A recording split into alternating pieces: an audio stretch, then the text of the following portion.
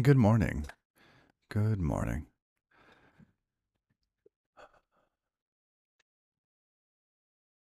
Let's get the old glasses on. Hope everyone had a good week this week. It's Saturday. Time for some weekend plans.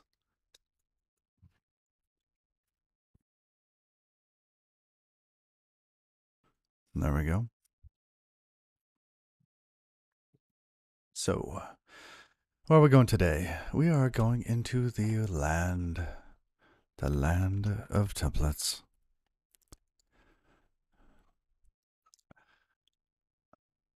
And I ended up doing a little bit of research on them last night. As you know, we have this fantastic little plot here that is incredibly hard to see.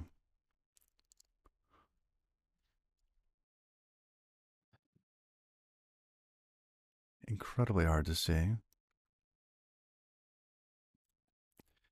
But we can see markup was really fast. And pretty much anything over here on the left is going to be fast enough, right? If it's over here, no. Right? This is average milliseconds. We only get 10 on the free setup. So we want to make sure we have as much time as possible to do other things other than template rendering. Now, hey Zenacron, good morning. Good morning. And I've actually got my camera in the wrong spot. But yeah. Let me move that.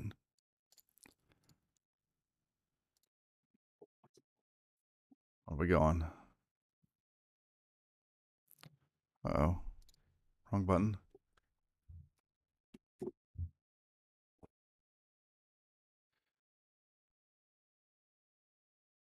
There we go.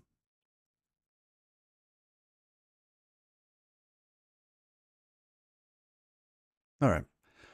So I know this is really hard to see. I think I'm going to fix that because I think this is important.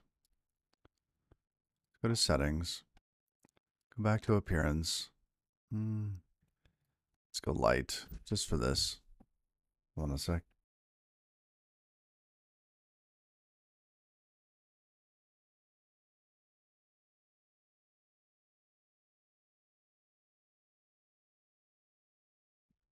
I'm going to have to lift some heavy things here for my wife. It has to do with the goat feed. So I'm going to have to go in the other room. It'll take me 2 minutes maybe. But let's go back to where we were here. There we go. I'll zoom in on these graphs. And I'll be right back. Let's get this on screen so you can actually see it. The whole setup. There, that's everything. That's what I was staring at.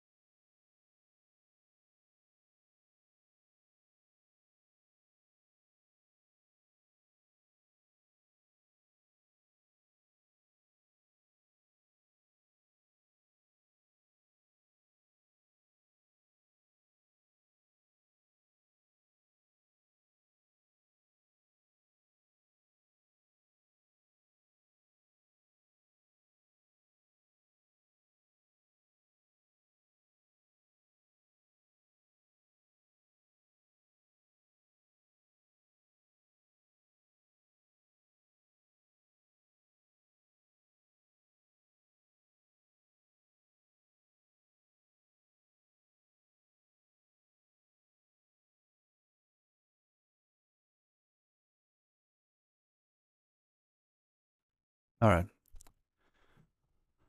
What music is this? Did you change the channel?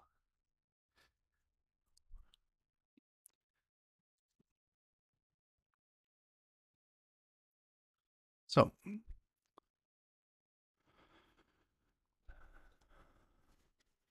I was looking at markup, but markup, even though it's really fast, It also has like a very tiny amount of users.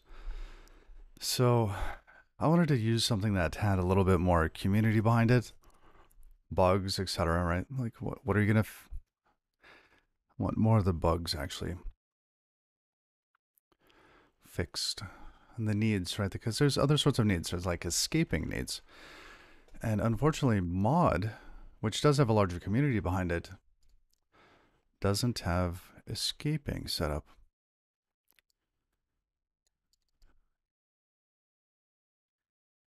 So if I wanted to build out like a forum, I'm gonna have to do some escaping. So either I use mod, right, which I've been wanting to use for a while, or find something else that also has escaping. And so it's either mod plus something else for escaping, which would kind of suck, or we find something else on the list what might also include escaping, like maybe a horror show. Mod actually runs on stable now. And one of the big things I did without telling you was I switched it over to running on stable instead of nightly. So I did that this weekend. Actually, last night.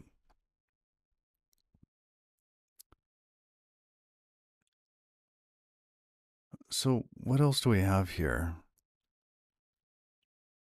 We've got horror show. Let's take a look at horror show. If horror show doesn't do it, I don't think I'm going to step into Escama. I think it's mod plus some sort of escaping library, or horror show if it has it. Let's see.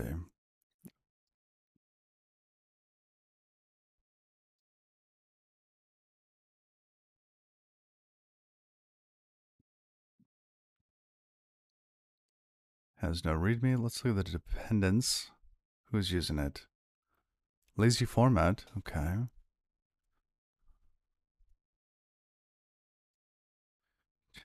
Yeah, Chincam's gone. So it's got some people actually using it. That's good.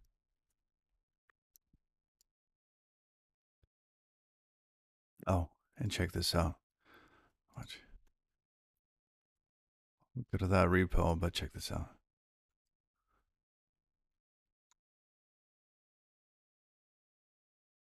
Mimeograph router and request. I updated it so that it works on stable, the stable compiler, and published it. So now we have mimeograph router and mimeograph request. This thing is just some silly little trait, right? If we look at the documentation, just a trait. And if we go back to mimeograph router, I gave a little example. Look, it even has a readme. Oh, a crate with a readme. And that's pretty much all the documentation, so don't get too excited. Some open source stuff is coming out of these little pet projects.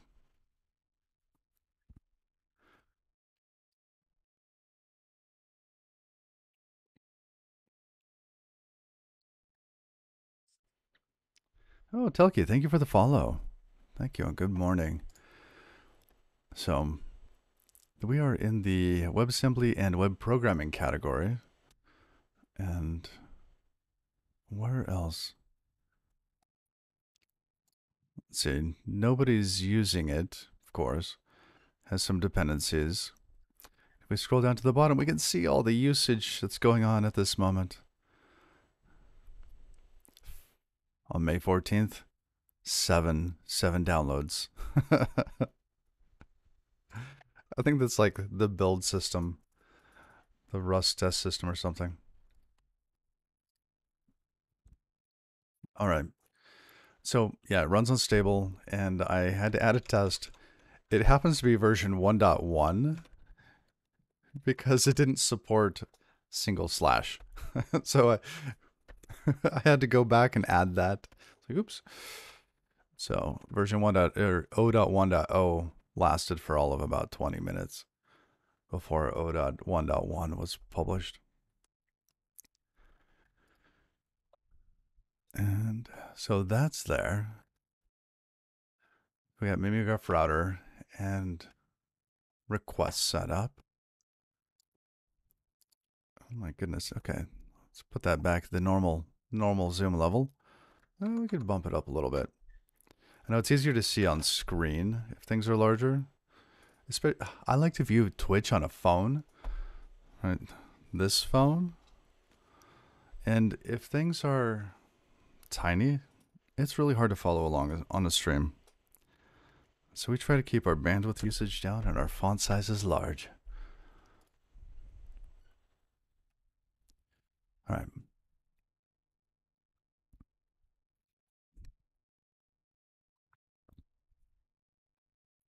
This crate will degrade gracefully when compiled without standard.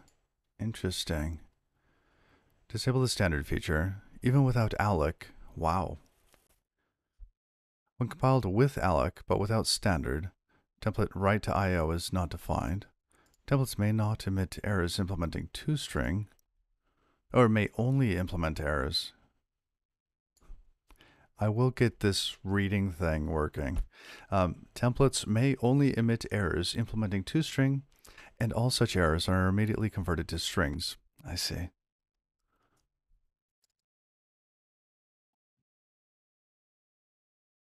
I don't think we have to worry about this. It might be interesting to see if there's like a performance overhead, like which one's actually faster. I think we would go with the defaults here. Let's say format. Oh, they're using the format macro to convert it to a string. Okay.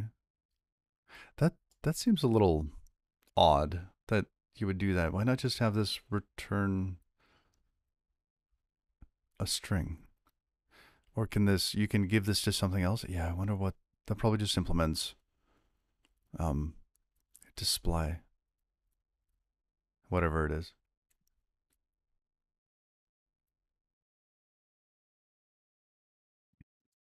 You know, this isn't all that bad, right?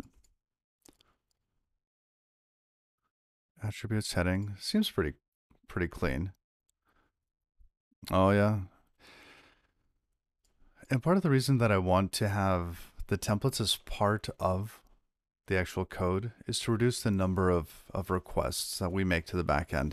Because if we can only make 50 requests, right, 50 queries, and we have to look up, I don't know, 5 templates, that's 5, right? We're down to 45. And then we still have to look up data. So having, you're having JavaScript flashbacks. Absolutely.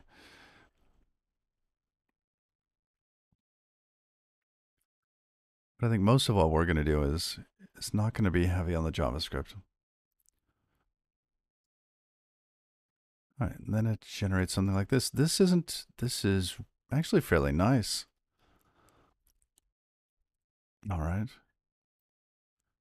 What about some other concerns? Can we combine them? SubTemplate. Ooh, there we go. Page title and content can be anything that can be rendered. A string, a template, a number, etc.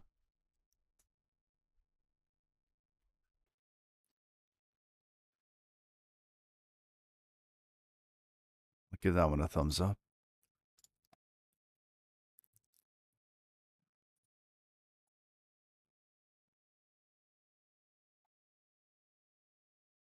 Owned HTML.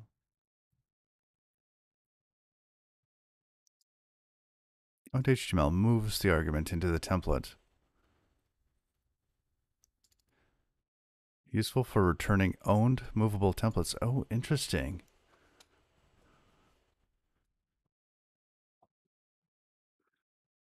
So the idea is to do server-side rendering in the Cloudflare worker? Yes, yes it is.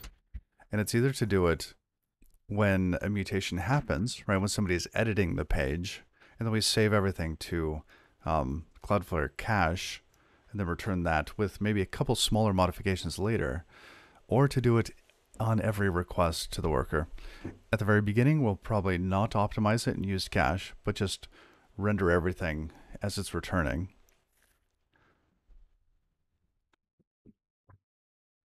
So if we could keep it under the 10 millisecond time, that'd be great. You guys all remember to turn in your TPS reports yesterday?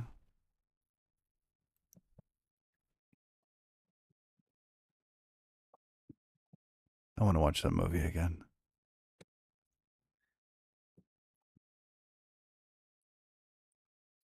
Yeah, rendering on edit is what I want to do. There's probably a couple of things that we couldn't do. Like this page here could almost entirely be rendered ahead of time, with the exception of these little bits up at the top here, right? I mean, this little my settings here, right? Most of this could be static. It's just you're signed in as who, right, in your image. And then whether or not you have alerts and notifications. But most of this page here could be absolutely rendered ahead of time. There's no reason why you wouldn't. And with that, you could use the HTML rewriter, right? Basically, have something that you have in cache that you're taking out of cache, and that you have little tokens inside of, special divs that you're going to replace later. You basically have an element handler that knows how to adjust certain divs. So you can fetch somebody's name, whether or not they have alerts, etc.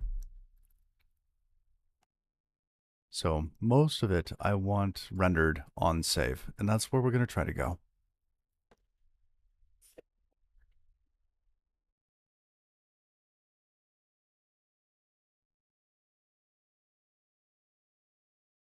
One of the other challenges, though, is that cache is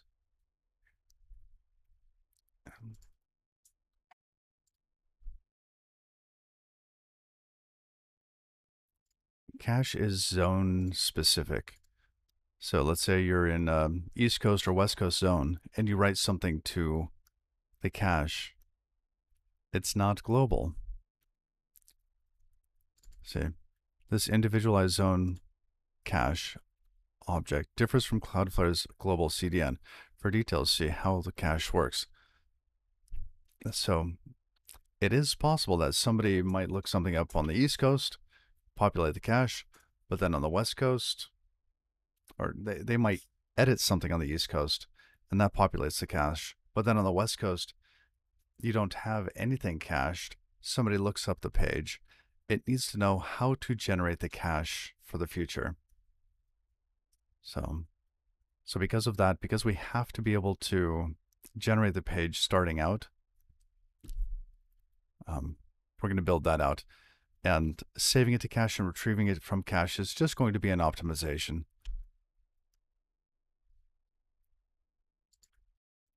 All right. So yeah, you can do subtemplates in this. It's fairly neat. What about escaping?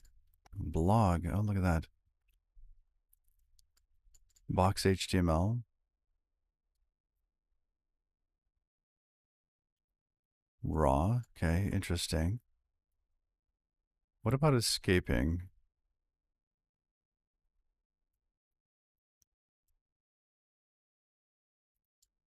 A post structure.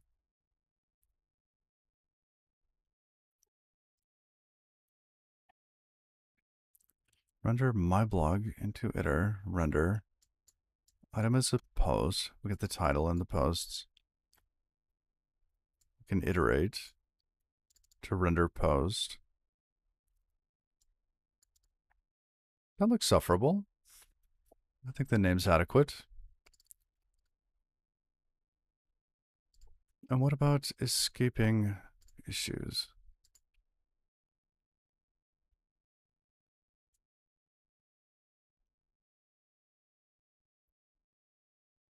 And nice error messages? Oh my goodness.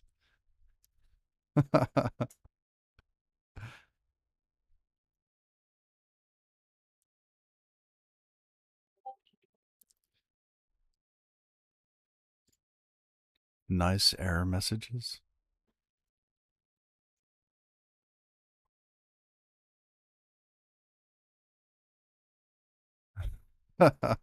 Oh no. Okay.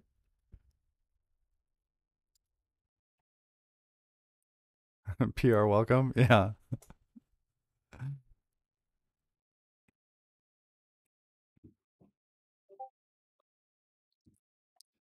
I want you to format content as if it is a nested and indented HTML element.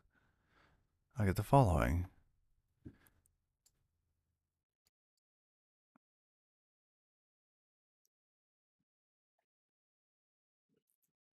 As an aside, this puzzles me. Is there anything I can do to get indented output? Why would you want indented output?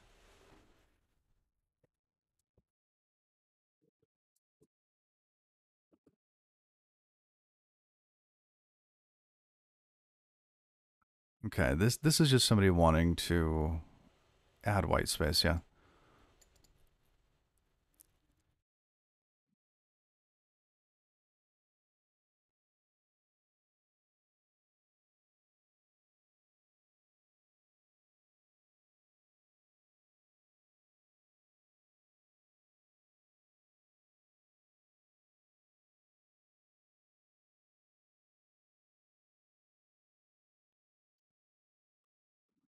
I really don't think pretty HTML coming from this is one of our needs. Yeah, exactly. Like why do we want that? Tabs are white spaces. Hmm.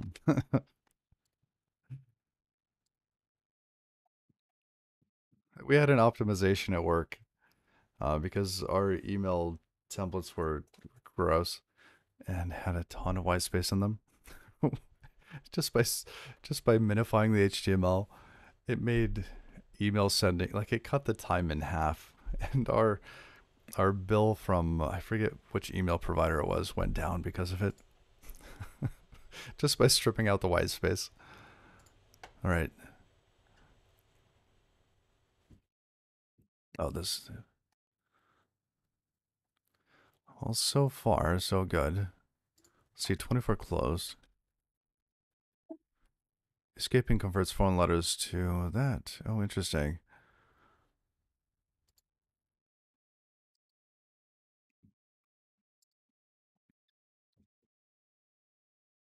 Okay, so escaping does work. Fantastic. Let's go look at the documentation.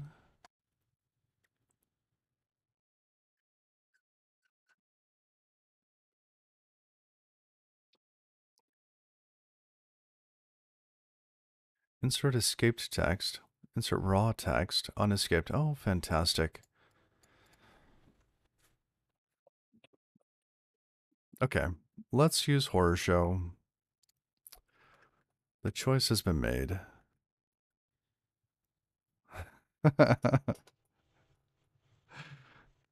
Oh, skip current song. I absolutely missed that.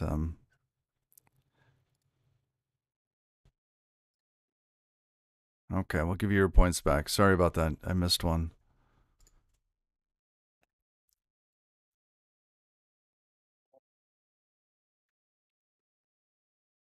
I don't know. This one's a little too much cloud.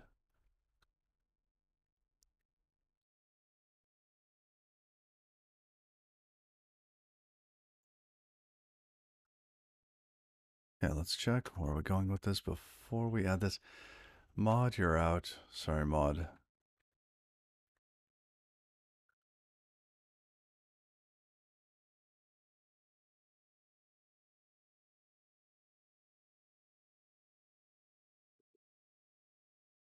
Mod doesn't have escaping. It's like their last big thing before 1.0. Okay.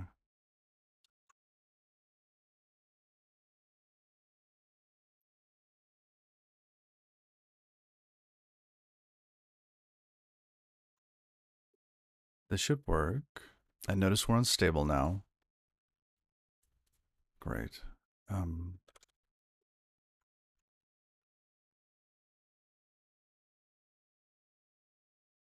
Wow, look at that.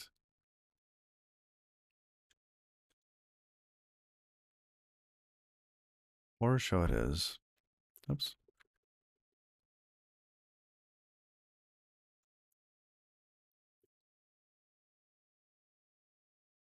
Let's pop into lib. And we're just going to use this section here to create a template. Right, let's get horror show working.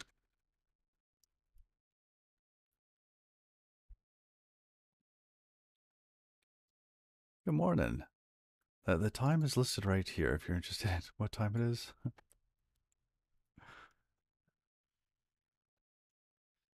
I've been streaming for, let's see, it's over here somewhere. Where'd it go?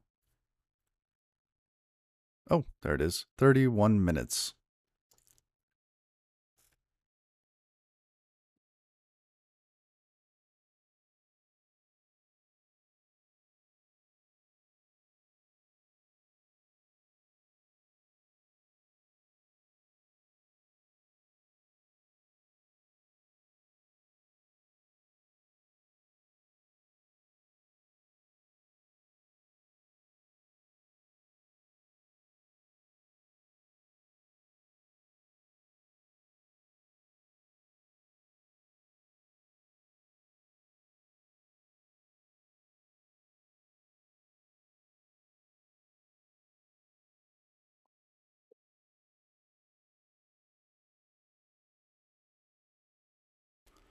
All right. Good morning, Devashis. How you doing? So let's get horror show in here. I don't like how our 20 line templates, our base bits are. I would rather this be cleaned up a bit. Also, I was thinking about making mimeograph CF be its own crate, because there are so many little bits in here. That should be something else. In fact, we can get rid of this now.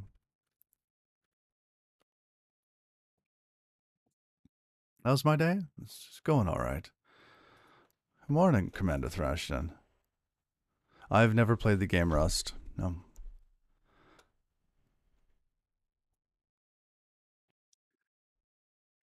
No, I have no idea.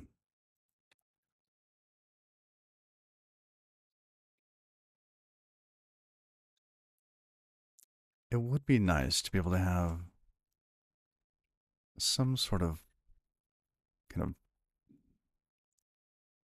base for this.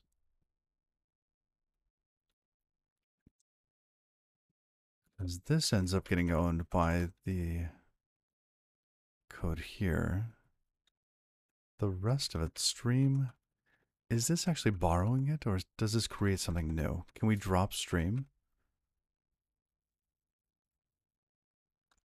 For example, if we did can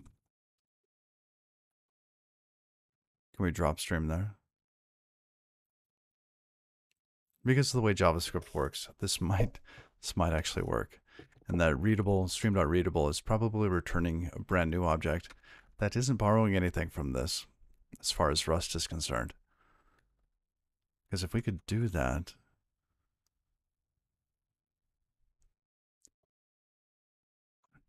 here, let's go look at transform stream in our CF file.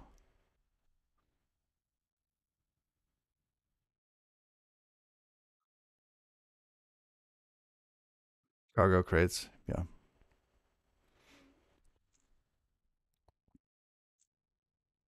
That's a Unity C# masterpiece. Really? Like the game of Rust? I had no idea.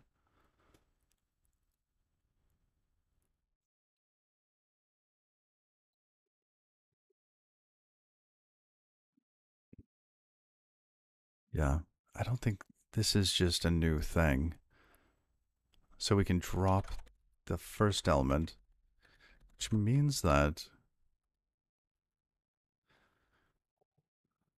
Could probably... Some of these are going to need some way of doing some validation ahead of time because the response options have to be provided at the beginning.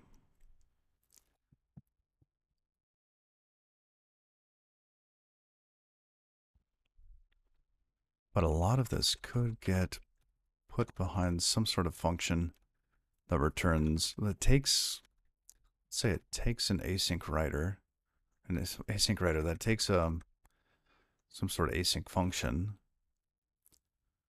or a closure, basically the body for this. And we could pass in this writer here. That would get rid of a little bit of the overhead. Not a lot though. Okay.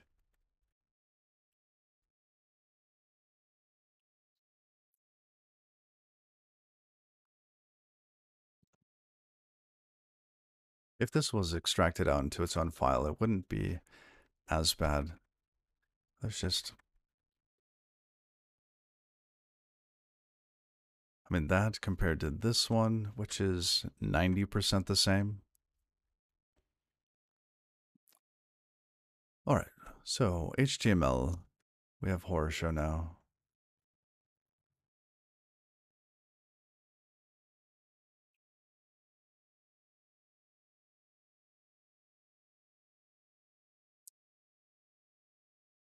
I think I'm going to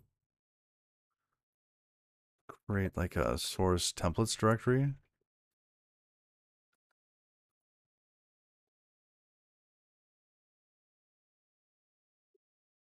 Templates. Let's create a file, mod.rs.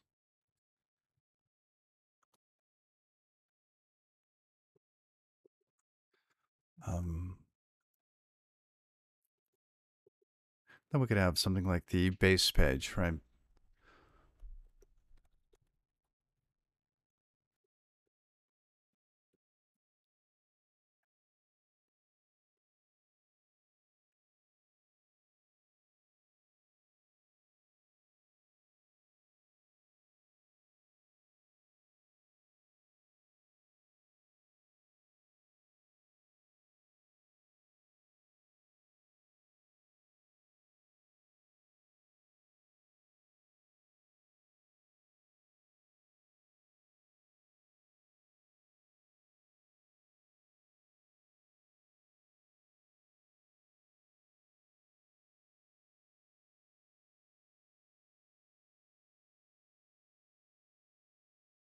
And then in here, we would go get that base page. Let base equals templates base.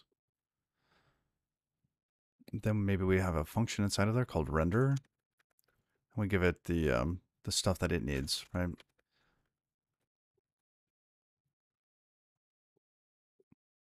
And we take that, toss it into, let's say, this base.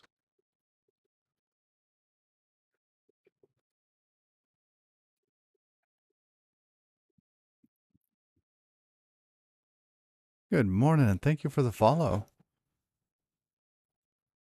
Stuni. Good morning. Okay, let's go create that base of function render. This one doesn't take anything, it's just the base. Now we need some sort of horror show magic in here.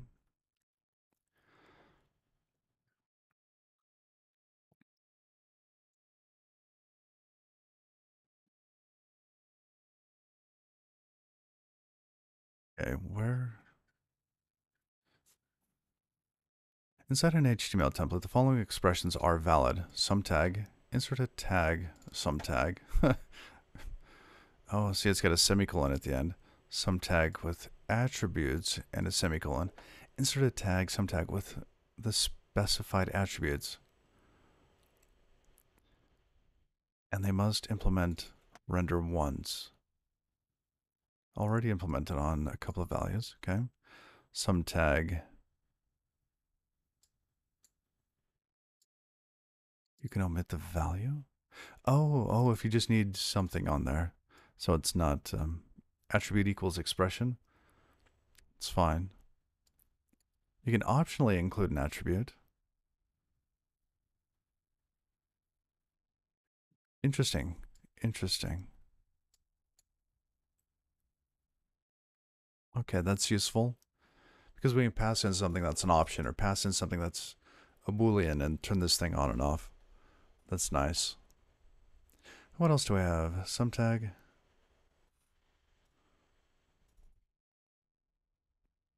So the tag, sum tag, and recursively evaluate the dot dot dot. Okay, so you have more elements inside of it. Same as above with custom attributes. That looks fine. Colon Rust expression, colon Rust code. Evaluate the expression or block and insert the result current position. Insert result. Wait. To insert a literal HTML unescaped, mark it as raw with a raw marker type. The raw marker type. Where's that? Okay, that's good to know. Evaluate the expression or block. This is actually a closure, so the block expression can append to the current template through temple. This is interesting. Okay, for, while, and if. Embed basic flow control. I wonder where the... I'd like to see an example of this one. Oh, thank you for the follows. Said Levi Dane and Matthews02. Thank you. Thank you for the follow. And happy Saturday. So we're going to get this built up. Returning templates. Ooh. To return a template directly, you have to create it using box HTML macro instead of the HTML macro. I see. So we could actually just create a bunch of boxed templates.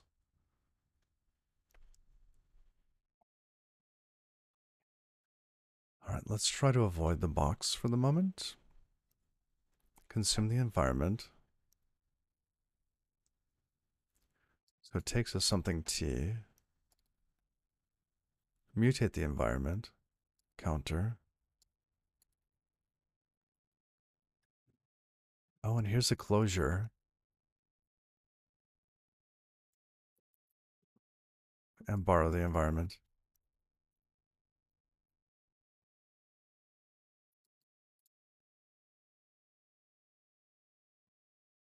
Interesting. So this inner one actually mutates this outer bit. Okay. There's so much in these.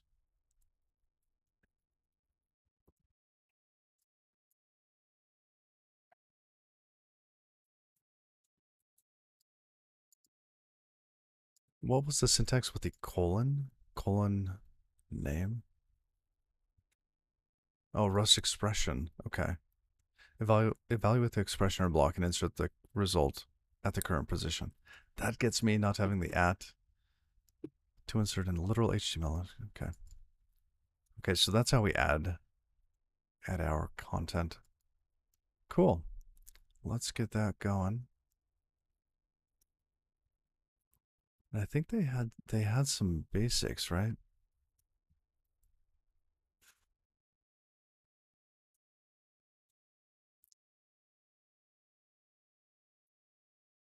Append HTML.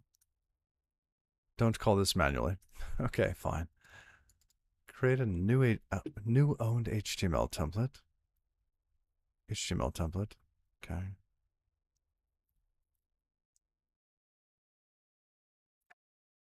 Now, I thought there were some helper bits. Oh, doctype. There it is. That's what we're looking for.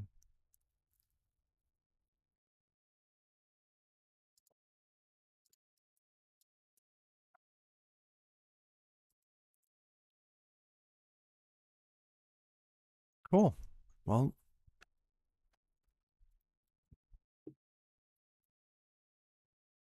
now, do we want to return a template here?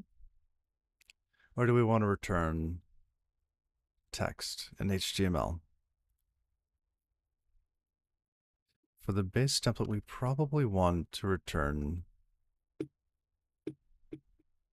what? Because this thing should probably take other templates. This is like the very bottom level template.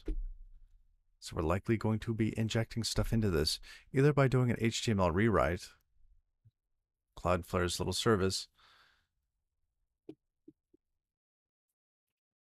I don't know about that.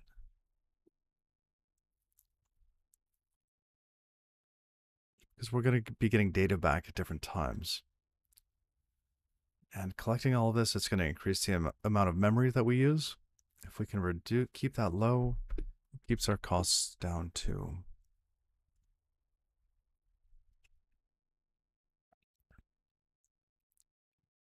I don't know if it's a right choice yet, but I'm considering that we would pass in some content, right? And this is going to be some other template. Right. Or a closure, right? Something that returns the right type. Or that implements, what was the type that it needed to implement? It was it render?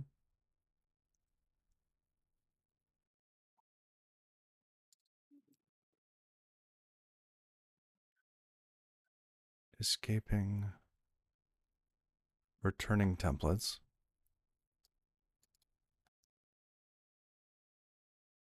Okay.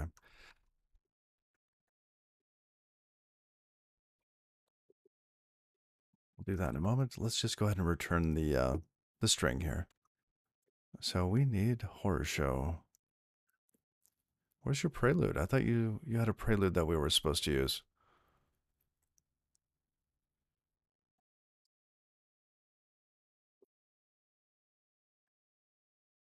Page from string content. So they create a page object.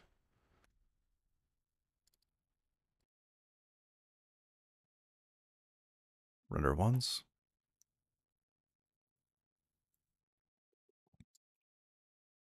I missed this section that taught us about the left shift. Oh, is this the append? Are they overwriting? Are they overloading the append? The left shift?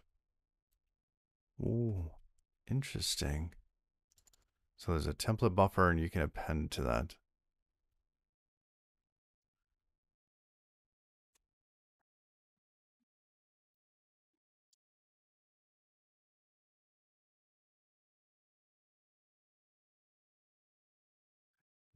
That's interesting.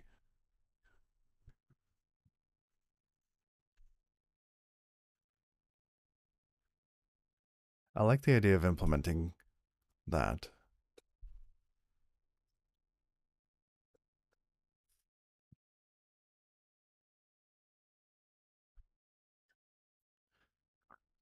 Traits.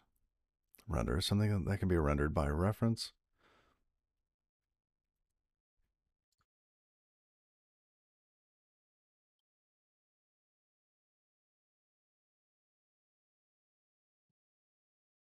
A template that can be rendered into something. Interesting.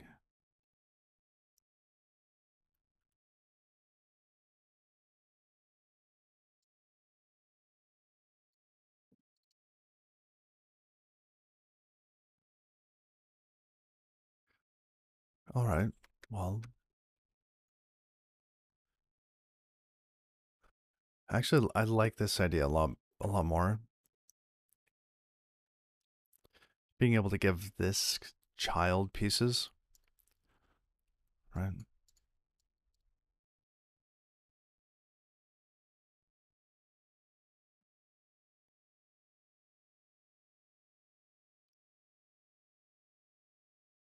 Hmm.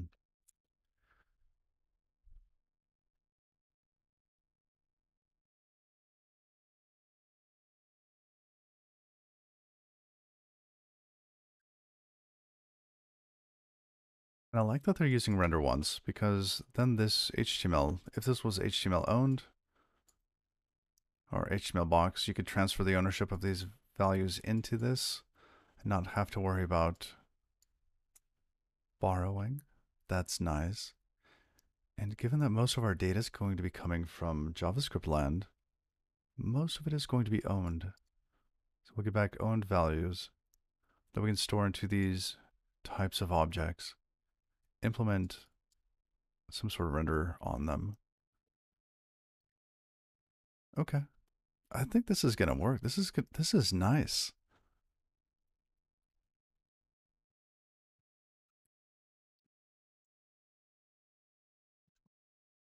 Where are they using template here?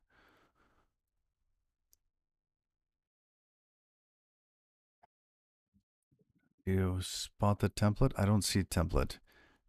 That's just a trait, right? That must be like into string or something. What does it have? Yeah, into string, right to IO. Got it. Huh.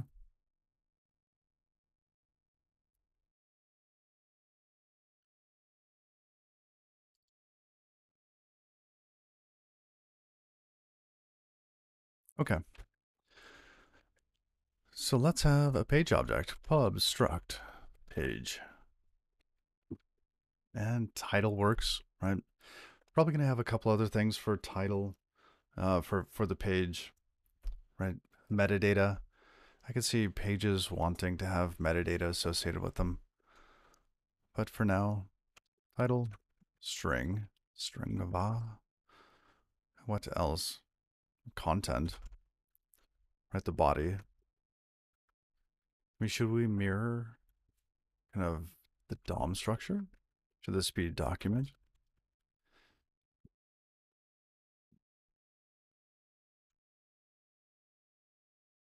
Body? I don't know. That means we'd have to follow that more closely for the rest of it. And if anybody has any questions, please interrupt. Please interrupt.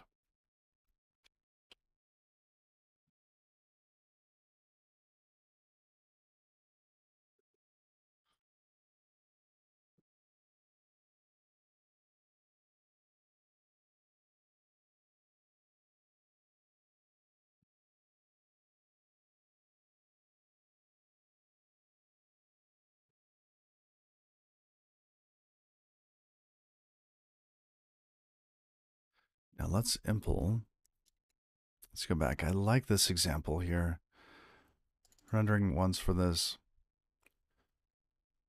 or C is render once.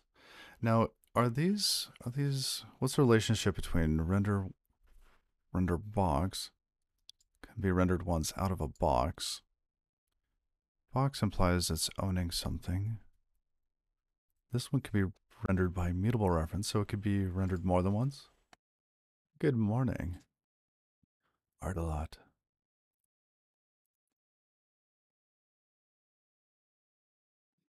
And the next kind of natural progression there is mimeograph. I added that today.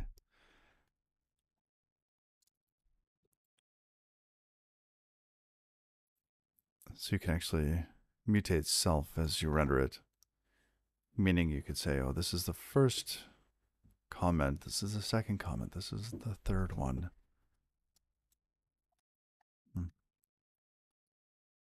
I think most of the time, render once is going to work.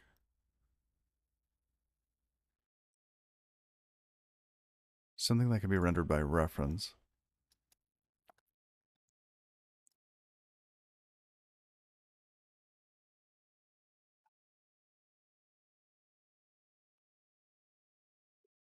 All right, impl t render once for document where t is render once. And render once was already implemented for some types, right?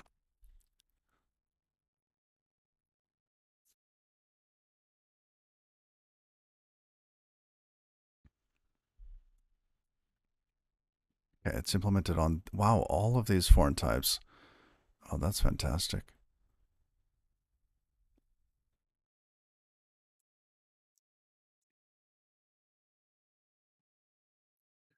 Char string option.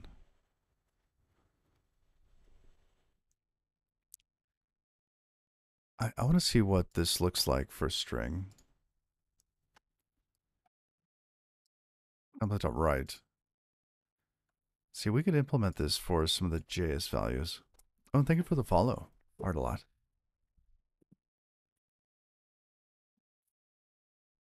RDA lot. Let me know if you have a preferred pronunciation.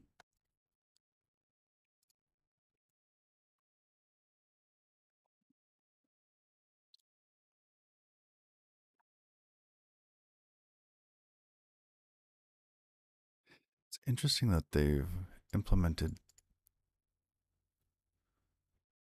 like render mutable and render once, both for string.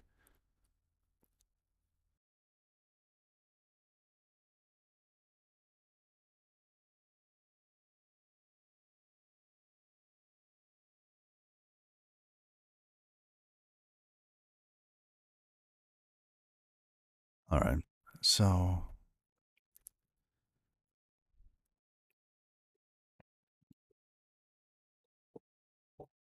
we will probably end up getting these values back from JavaScript coming out of some key values store, right?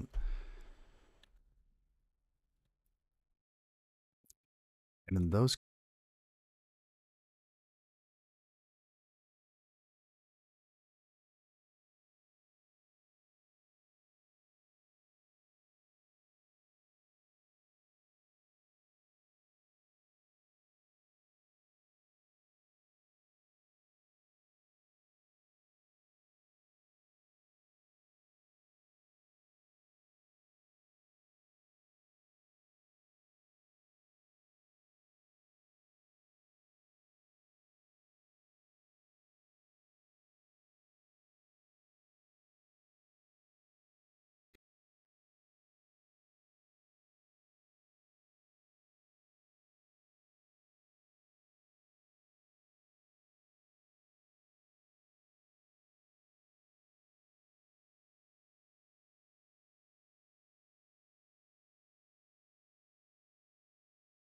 all right, I think we're back.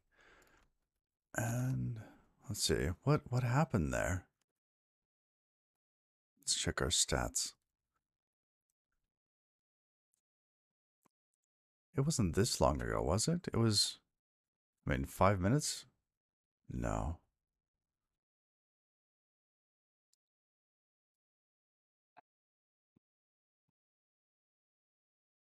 That's strange. Because this was 5 minutes before you said stream crash, so it wasn't that. There was something else that happened. I don't think we get to blame Starlink on this one.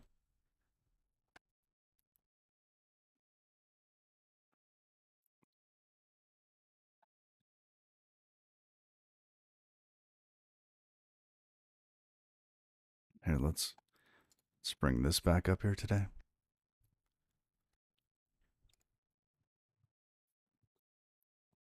And I am using Mitch today.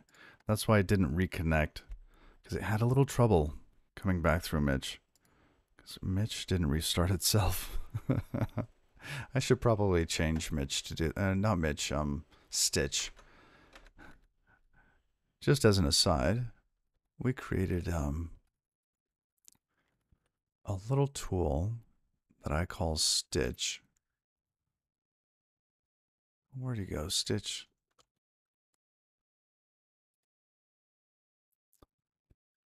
So I'm currently using Stitch, and it kind of buffers. We have a 3-second buffer right now because Starlink is fast enough to be able to catch up. I send the data to a local machine on my network, and if the connection between it and, let's say, what is it, a Linode instance, some $5 Linode instance, gets delayed, right? It just buffers the data. When the connection comes back, it slams it with a whole bunch of data. Starlink's fast enough to catch up that way. And then we slowly trickle data over to Twitch.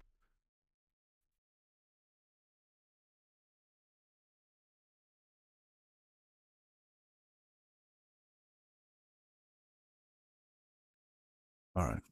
So back to where we were. We were looking at horror show. I don't know why they call it horror show. It's actually kind of nice. All right, so we have to do something to TMPL. Juan, how you doing?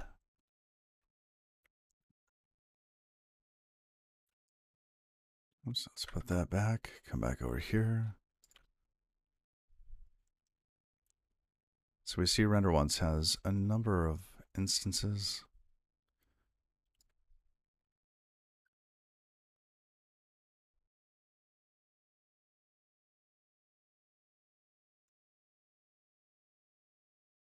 Oh, look at that.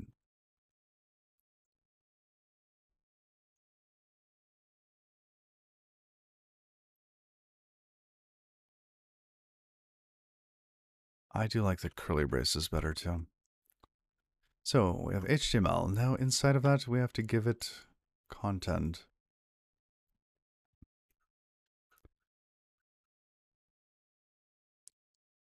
So first thing we're doing is a doctype.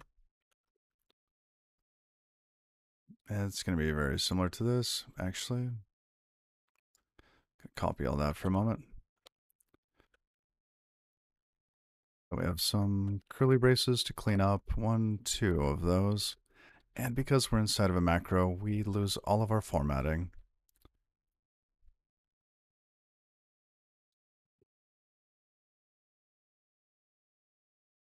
There we go. Let's deconstruct self.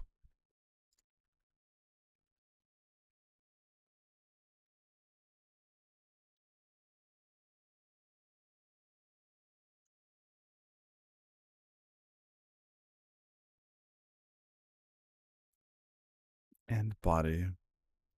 Now for us passing body through, we should be able to do, let's see, it's going to be the content inside of the body, isn't it? So maybe content does make more sense. Hold on a sec.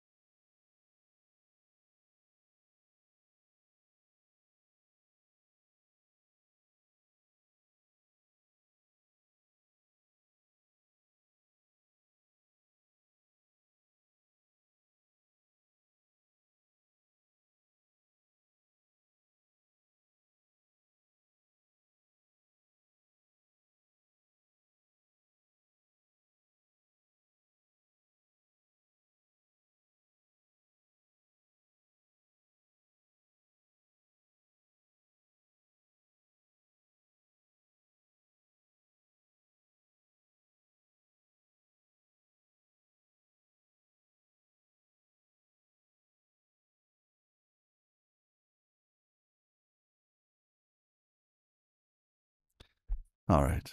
Sorry, we had a little bit of glasses repair time. All right. So let's rename this to content.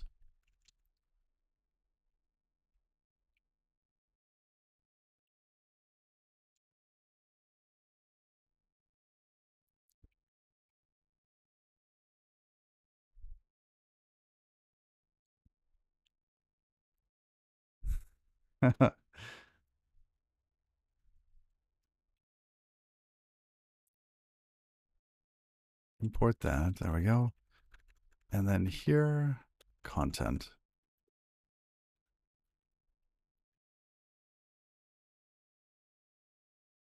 I think this is a template. Got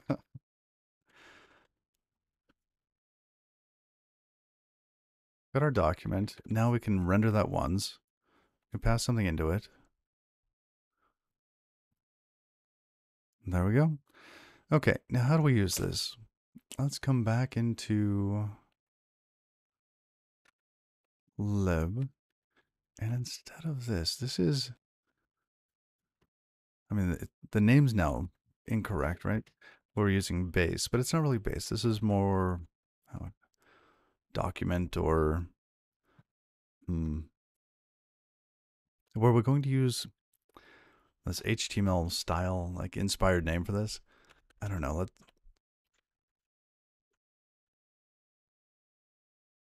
If we renamed it to base,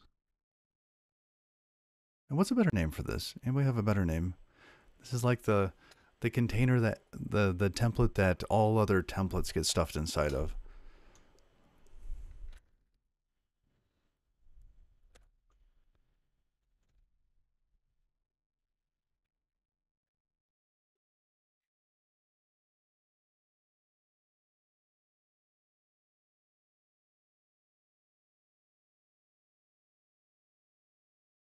Template daddy.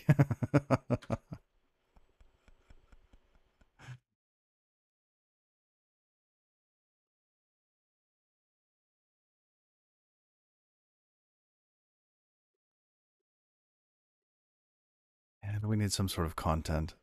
What's the content going to be for this? It could be a string, couldn't it? Um,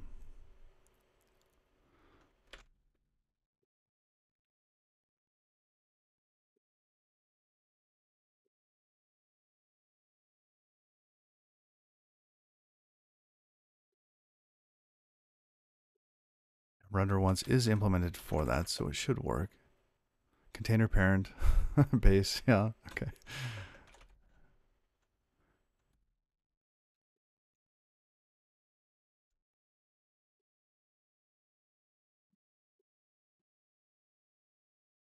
I'm not afraid of lifetimes. We can use lifetimes.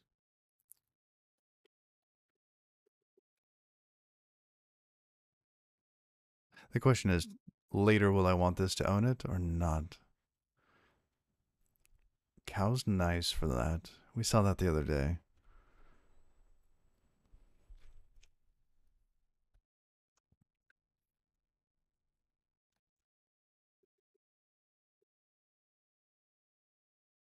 What if this is...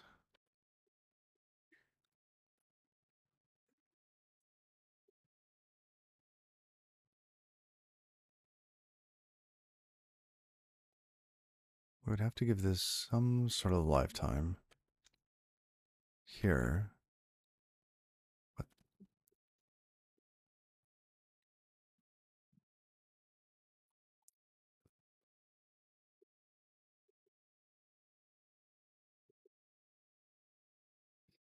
Hmm.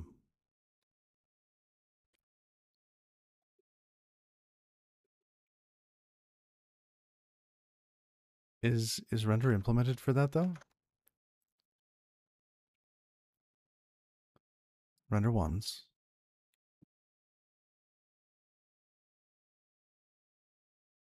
String char use size. Maybe if we get it as a stir.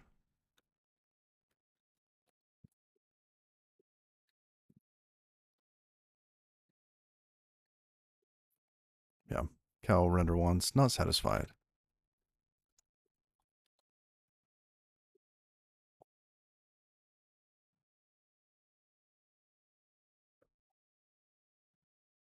Where's our as stir, as ref?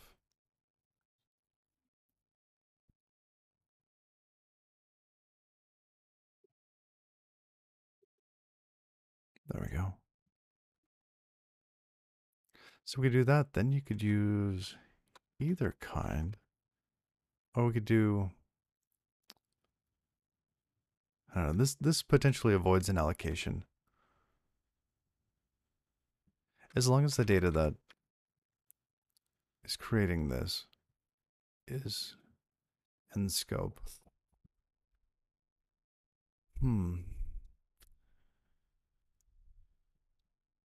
For this, I think I'd rather it just take ownership. So if we just left it as a string and it takes the ownership, so we're likely going to get it back as an owned element from either, you know, JSON parse or something else. Just into it. Okay. Found base string into string. What else could we have done here? Oh, this also gives us an error.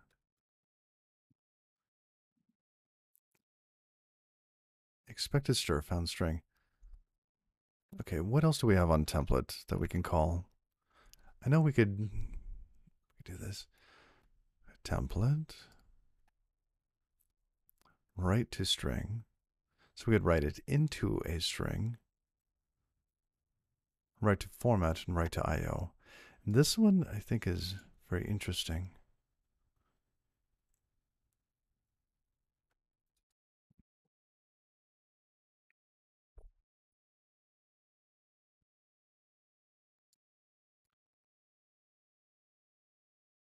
Render this into something that implements IO write. Now, what implements IO write here? Does this writable stream implement that? I doubt it. I doubt it.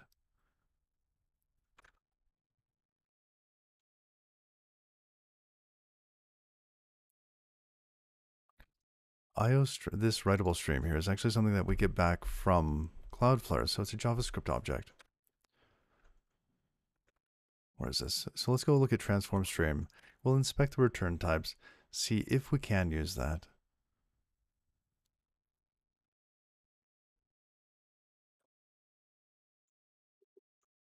This gives us a writable stream. Writable stream, we also define get writer. And what is this?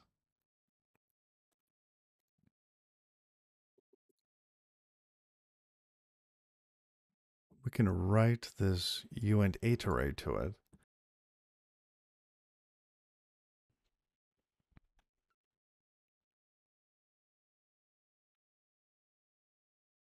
Or your question got held up for using noob. Noob question. You're hearing a lot about WASM. Is it generally more performant, faster than JS? For some things. Can I also abandon JS completely for WASM? You like coding in lings like Rust, go rather than the JS. In places you can, like for us, that's what we're doing for Cloudflare workers, right?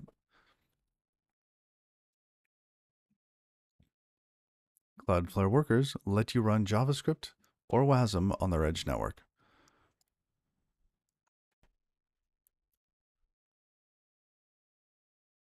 So, which is really, really cool, right? And you could do some stuff for free on there. You get like 10 milliseconds to do whatever the heck you want with the reason, right? We run JavaScript using V8 and the JavaScript engine developed for Google Chrome. Secure, yada yada. Okay. Now, in our case, I like using Rust over JavaScript as well. And so most of our code here is actually written in Rust. The JavaScript portions, though, we have this itty bitty little shim that we use because we still have to be able to export things from WASM, right? You can't just load up and run WASM in V8. You have to have a little bit surrounding it. So this is our JavaScript. That file and shim. So you can see all of it right there. That's it. Um, and I get compile time errors. I get all sorts of great goodies from Rust, right? I don't have to make a change in the code, reload something, see, oh, I got some sort of browser error, yada yada, let me go fix that. No, the compiler is very, very helpful, and I really appreciate the compiler. I mean, you could do the same thing with TypeScript. All right, you could do the same thing with what else? There are other compiled to JavaScript style languages, or you could use vanilla JavaScript, which isn't as horrible as I'm making it out to be. So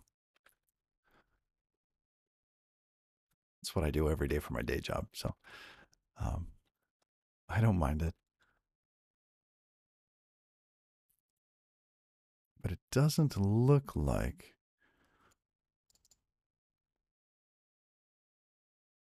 See, we can write here. We can write some data.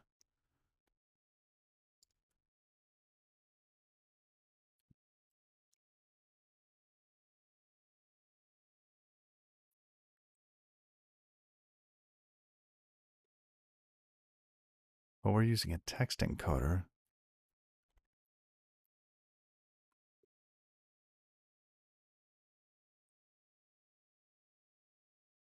Yeah, we give it a stir. It gives us a uint array.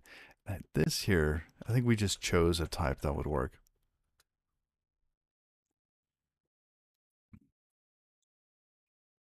You write Golang for your day job and you kind of mind it.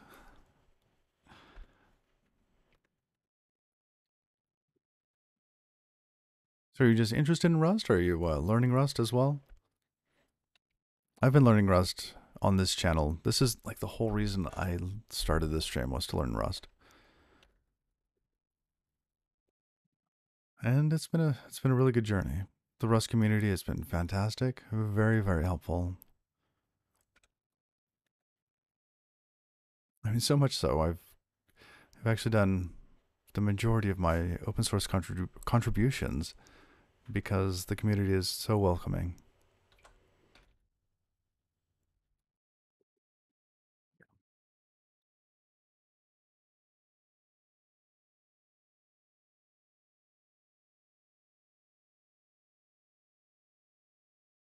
Trying to get into streaming yourself whenever you work on them.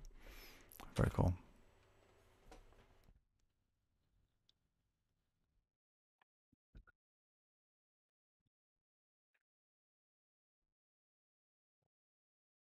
Well, that looks like it built, like it's going to build.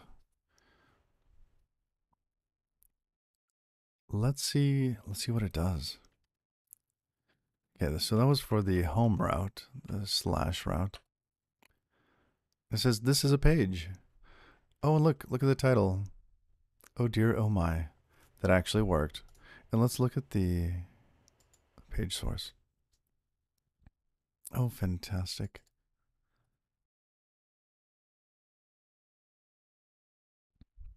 That's really nice. It worked. Oh, this page is protected by the browser. We can't actually use dark viewer on that. Oh, that's too bad. You know what? I'm actually going to change the height of my desk. I've been sitting too long today. Give me a moment.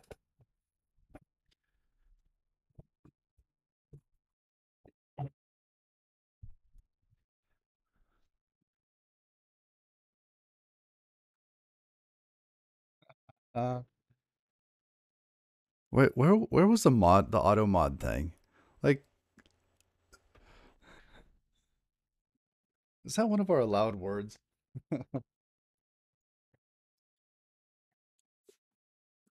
That's so funny. Yeah, I got one of those. It's actually like a um, kind of like a workbench, like for a shop, adjustable height workbench, so you can change the height at which your stuff.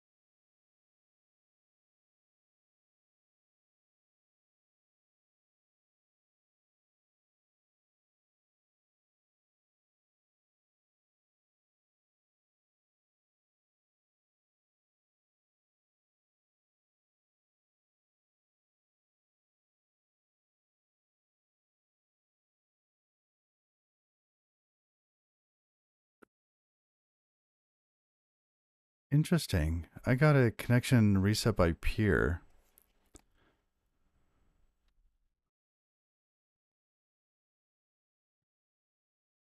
Yeah, that. Uh, let's see. Here's Stitch, right? And I don't know. Maybe I'm doing something wrong in Stitch, but that might be the second time that this has happened. It's either that we had some sort. Oh, actually, look up there. Look up there. We actually had a little That's pink. That's obstructed, which is odd.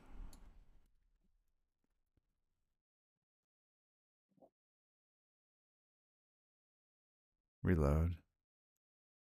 It's that little blip at the top right there. Why don't we see it here? Why do we only? Is that?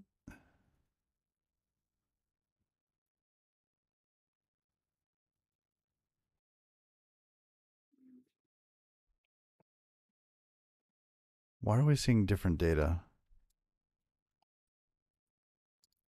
I'm gonna force a refresh on that.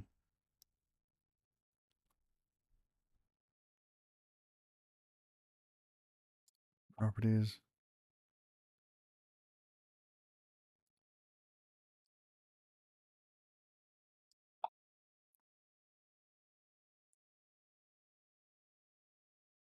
I'm a little concerned about the difference between this one and that one.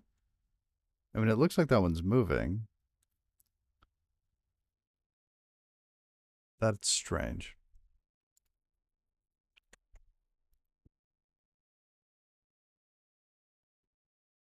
I'm gonna check on my phone too. But basically, I'm using Starlink for this, and it is faster and better than my last internet. Except I get these little blips occasionally. But every month it's gotten better, so I don't really have a lot to complain about. It's been it's been nice not having to kick the kids off the internet to have a meeting.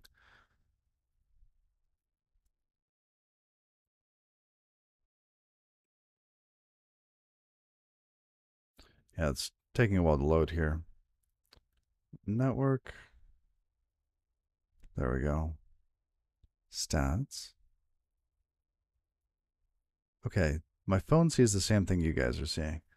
I have no idea what Firefox is seeing. That's different.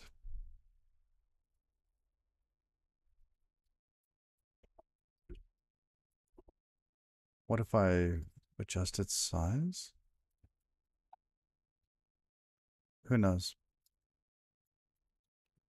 Just close it. Okay, so we have this is a page. Fantastic. And it's got content and all sorts of stuff.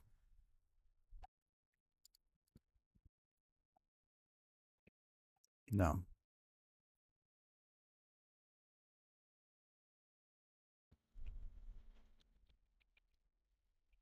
That was actually fairly painless.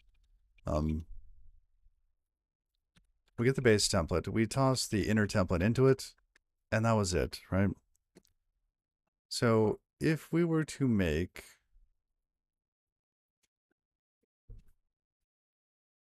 some sort of editing system for this, what are we going to need? Going to need a way to be able to add elements, remove elements. I don't know if I want to do like some sort of giant WYSIWYG thing. Just a little bit more structured.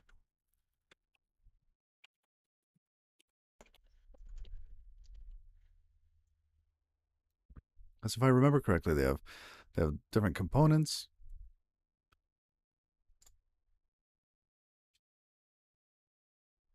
Right? You go, you edit the page. You can add pages, etc. Yeah, cookies, don't care.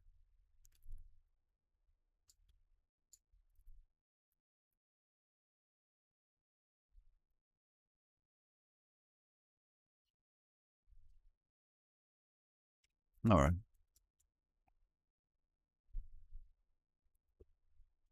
And then you can have different content chunks, right? So you can have like an image, you could have image and text, you could have different content. And we could call those atoms. I'm stealing the terminology from a project I worked on forever ago.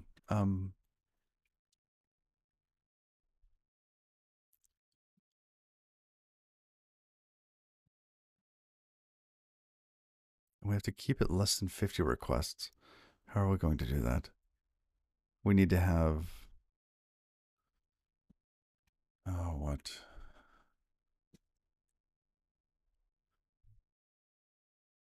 We'll probably have to have some sort of durable object.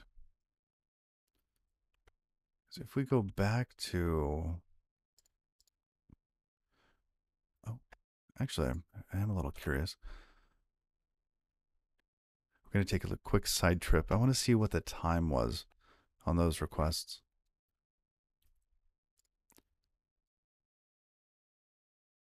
There's workers. There's workers. Got this here. Okay. For this really basic template, we're going to Wrangler publish env production or staging. Let's try staging. I think I'm missing something here. I probably have to do I have to register the durable object. I don't think I did that for staging.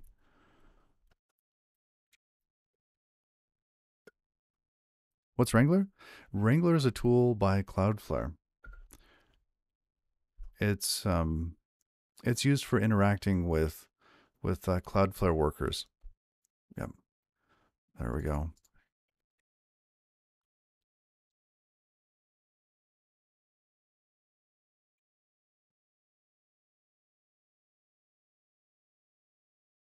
Oh, you're welcome.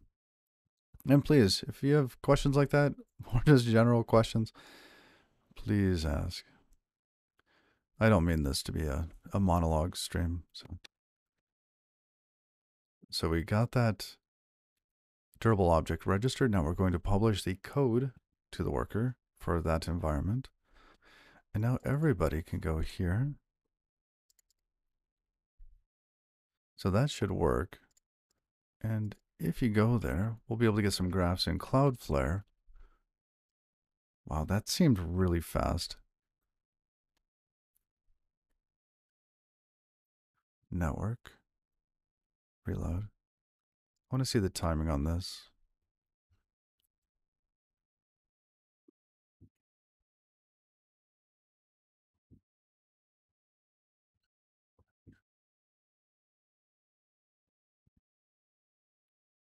Oh, timing. There it is.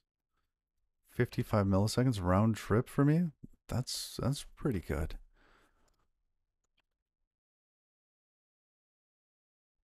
Okay. Got a couple of requests going in there.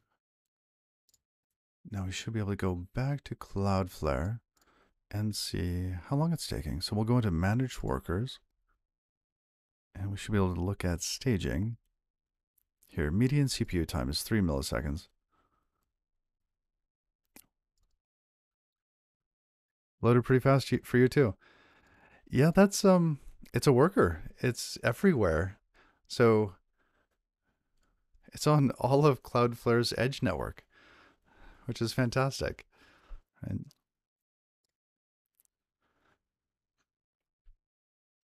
so let's go into the last 30 minutes.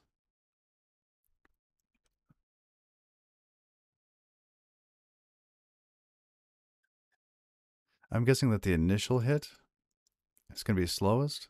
See, it says we've only had one request, but that's not true. Okay, we'll check back on this in a little bit as they collect and aggregate this data.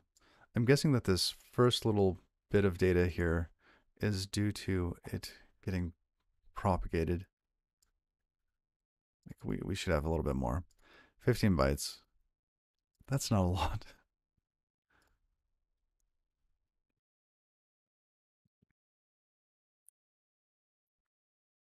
Yeah, no, it's not like that. This is so great question. Great question.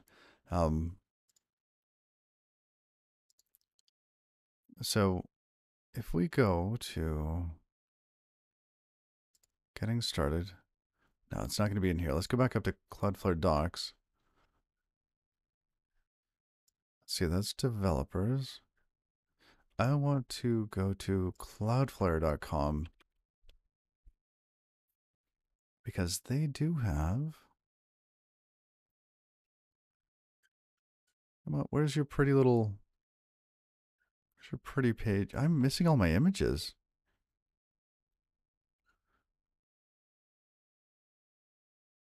There we go. There's the images. Perfect. We're looking for a little tiny image that has all of their um, edge locations. Why Cloudflare? Yes. What is Cloudflare? Same clip art. But basically, they've got 100 locations around the world. And this code gets distributed to all of them. So if you're in India, it loads up closest to you. If you're in California, closest to you. Right? Australia, closest to you.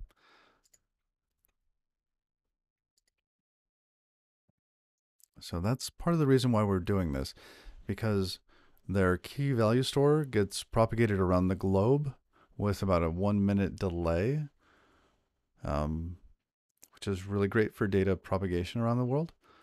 Then you could have that data available to your worker, which is just amazing. Yeah, that would be cool. Let's see. Resources, CDN. What is a CDN? Load times, latency, blah, blah, blah. What is an edge server?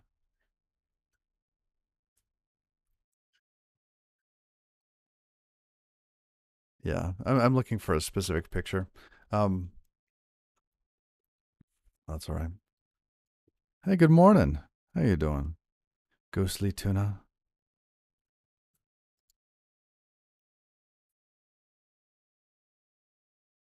Is that based on IP to determine which location is close? Almost. Almost. It's I think it's based on like a BGP broadcast and some other more than IP things. It has to do with routing on the internet, not IP.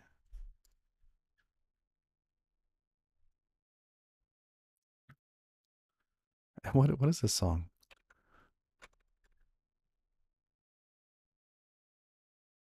It's definitely a very happy EDM. It's too happy. Too happy. Okay.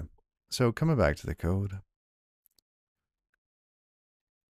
Remind me to load up the stats on that in a couple minutes.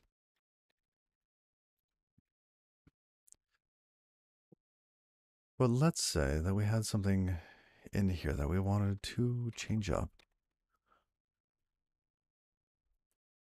Just having some weird errors in your console. Oh, interesting. Not exactly what you want on a day off, yes. How will database connections affect time? Oh, you're very welcome. We aren't using database connections.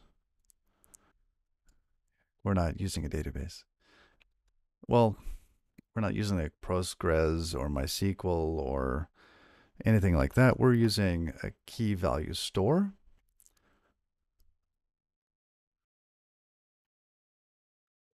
So their key value store is also propagated around the world. So we will be able to store values, store data inside of the KV store. And that should be fairly quick. Now we have to be careful on how much we actually request to these.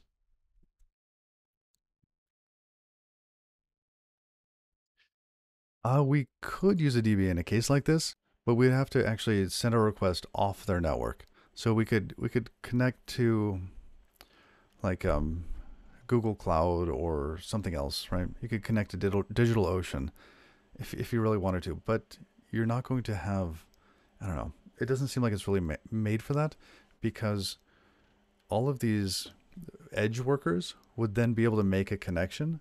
And how's your database server going to scale with that? That's going to be tough.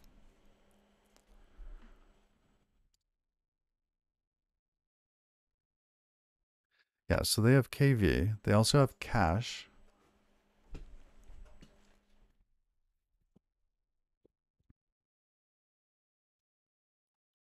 Oh, thank you for the follows. Netspud? Is that Lopta or is that IOPTA?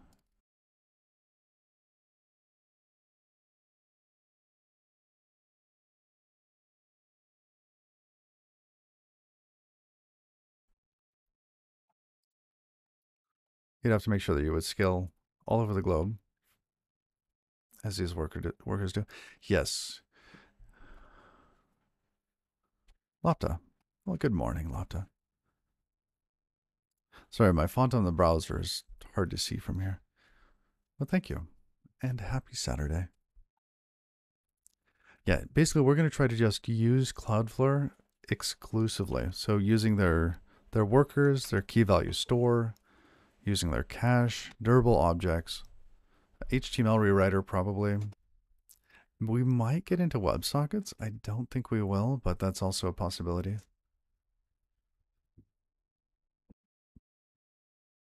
We're going to be doing both because everything that we build, all of the data, right? So if you create a web page, that web page, the content for that page has to live somewhere that the worker can retrieve. The cache isn't their CDN cache.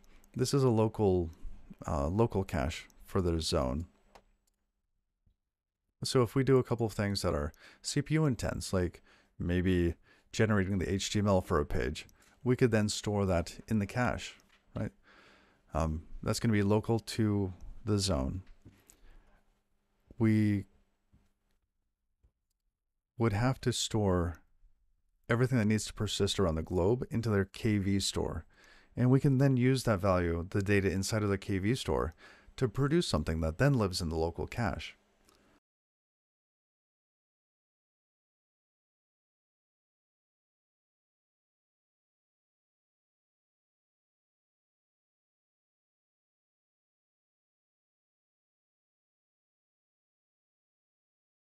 Is this going to be open source? Yeah, some parts, right? Due to the fact it's easier to give than take away, I do have parts of this already open source. So I've built up a couple things. So inside of this project, I've got basically 3 source bits here. This one here is private, I believe. Yeah, so this one's private. This is my CMS section, right? But in terms of having the router that I'm building up, the router that we're using for this, that's open source.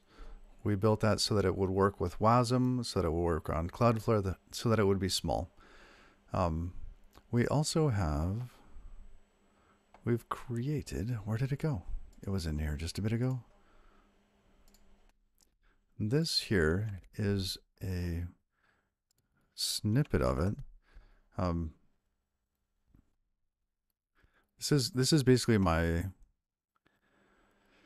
don't know, the stripped down version of my project. So if we go into the tree here, you can see that we've got the JS, the little shims, the index stuff. What's a WASM? WASM is WebAssembly. So we can compile Rust code down into WebAssembly. And then in here you have the kind of smallest project. Basically, I wanted to create something that I could give back to the people in the Cloudflare workers. Where is it? Discord? Because they gave us some stuff to use, and we took that, improved it, and wanted to give it back. So all of this is available. This is open source. You're free to take that. But the one part that isn't, again, just going to reiterate it so it's clear, is this repo here, this private one.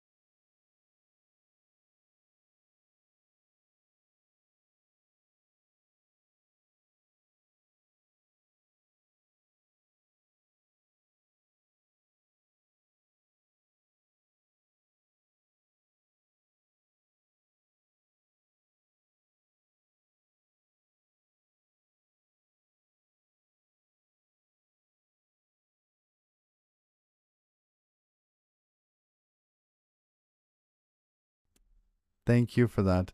I was hello, by the way. Um, yeah, I've been muted for a while, haven't I? Thank you for letting me know. Um, I think I hit mute and then I missed the unmute key over there.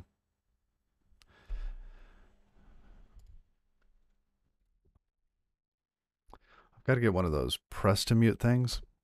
That'd be great.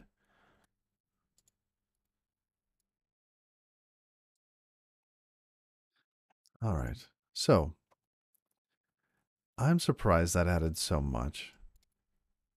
All we did was we added the template. Okay, am I really surprised it added that much?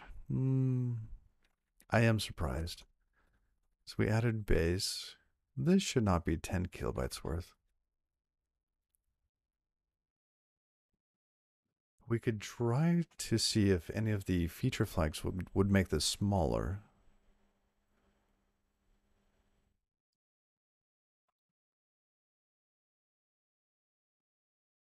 So I'm not sure what sort of overhead that needs. Let's play around a little bit with those options. Oh, I forgot. Did remind me. Let's go check.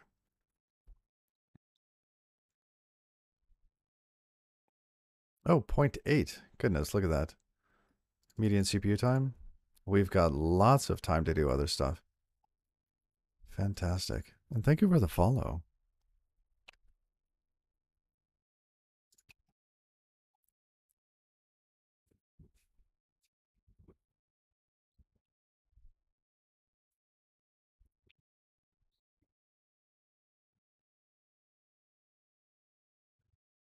I don't know how to pronounce your name.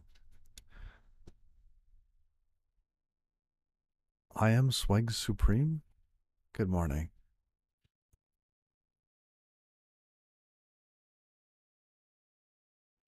Okay. So we had 49 requests. The process is in 0.8, so less than a millisecond to generate our homepage so far. Okay. Now, we're going to be creating something on here that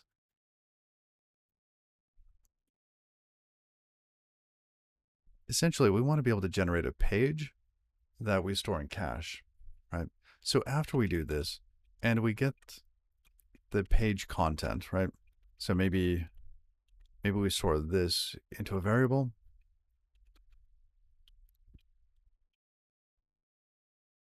Page content. Maybe at this point, save page content into cache, right?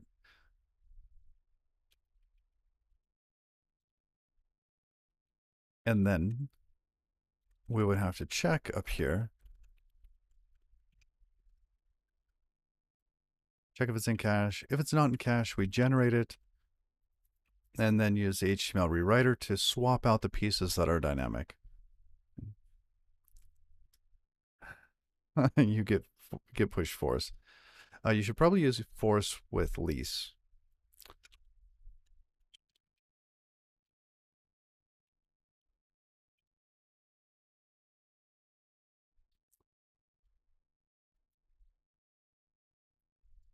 Usually get push refuses to update a remote ref. Okay.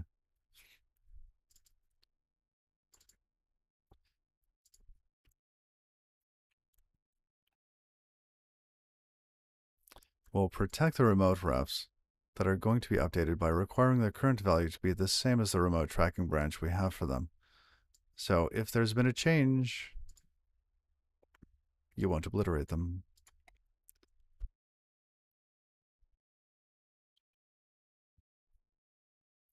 Anyhow, that has been our public service announcement. So let's see. Some of this we might need to do in a durable object.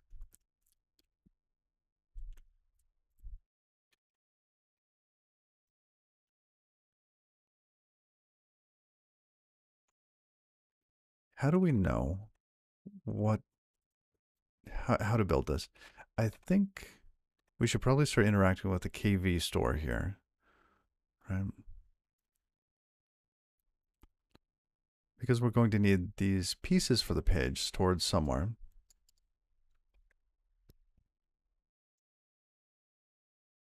And once the pieces are stored, then we can start to store them into cache. Once they're in the cache, then we can start to check for them. And then we can use our HTML rewriter. Gerbil object. Oh no, they got these plastic balls and everything.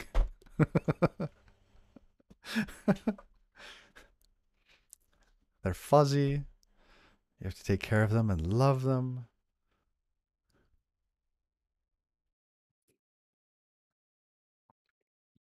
Yes, the durable objects.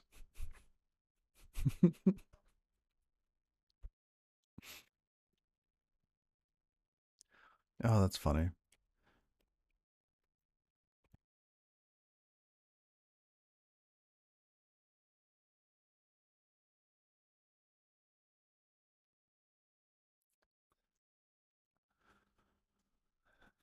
Yes, actual gerbils powering the machines. If you, well, they do use oh, what is You guys have seen Cloudflare's entropy input, haven't you?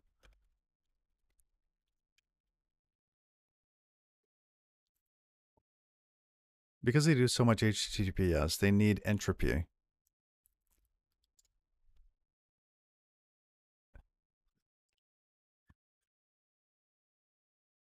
So this talks about, yes, here is their randomness.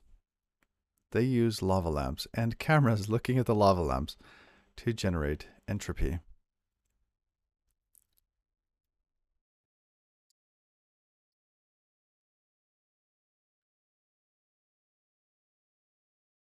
So, I mean, they could go from lava lamps to gerbils. I mean, why not?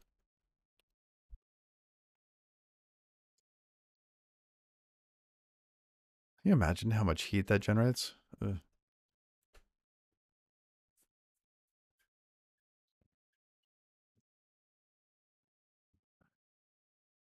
So yeah, they actually use lava lamps to generate entropy for their network. It's pretty cool, actually. It's really cool.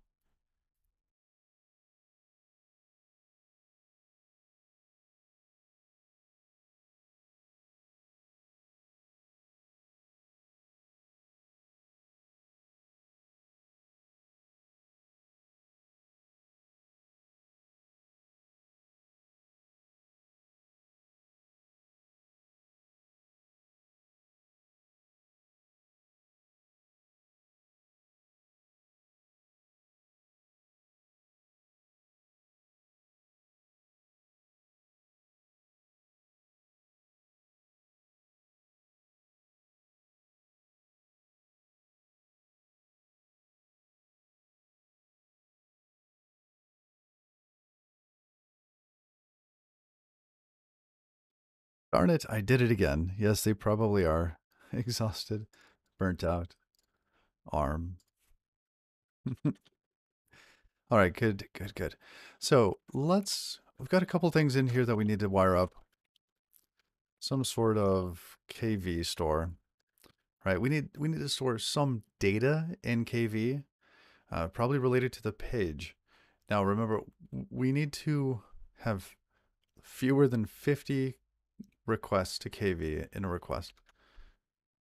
I think we have those limitations. Where are they? Cloudflare tutorial platform limits sub requests. So we can have 32 environment variables per worker. They can be 5 kilobytes in size. Script size can be up to a megabyte. So we've got plenty of room. The number of scripts 30. We're building one. I'm not still muted, am I? You can hear me.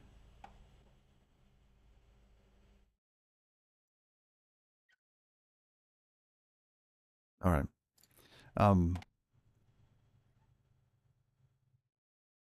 Cron trigger is fine. Cool. Thank you. Now, these sub requests are going to be a tricky limit for us.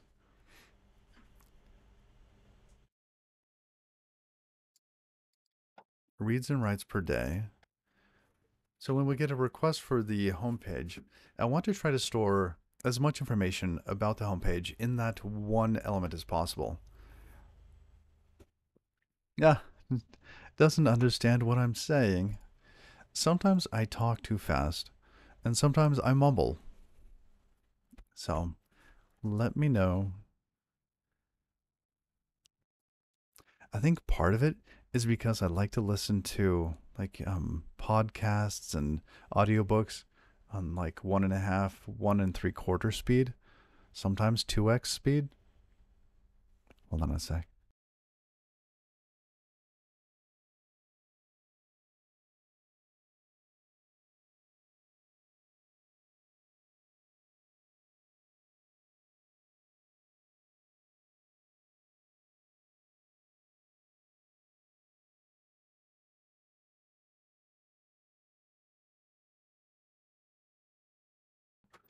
All right. Sorry, had questions.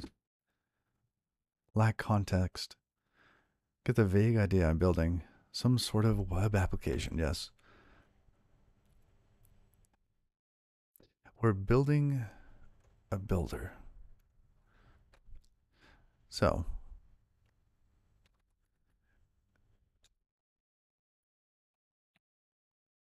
and hold most of the page data in the store.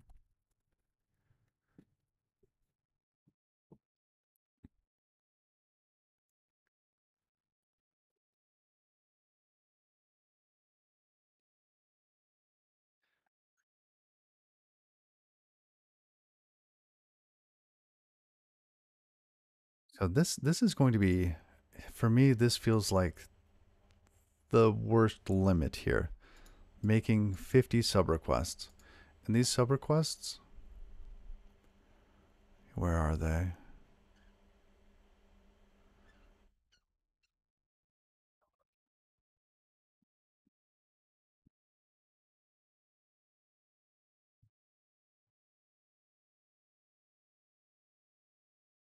Request.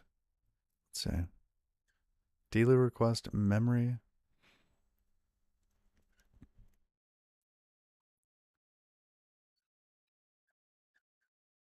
I want to see where. Oh, sub request. Here we go. Can a worker script make sub requests to load other sites on the internet? Yes, using the fetch API. 50 per request. So each sub request in a redirect chain counts against the limit. This means that the number of requests a worker can make could be greater than the number of fetch request calls in the script. Okay. Do workers work with JavaScript only? They do not. They work with JavaScript and WASM. So they run inside of V8, the JavaScript engine inside of Chrome. Right. So you take that out, plug that into Cloudflare's Edge network. You have a book on it somewhere. Absolutely. It's a very versatile language. You see it all over the place, which is funny because I'm avoiding it and using Rust instead. Okay, back to where we were. We were talking about sub requests, this being a hard limit. So we want to store as much as we can for a page in few requests. Worker limits. Where's our KV limit? Right. Fewer reads means we stay within this limit. This is the free limit, so that's fine. We're not actually in a free account. What's the reason you need to do that many sub requests? Well, we might make a request to get the list of users, or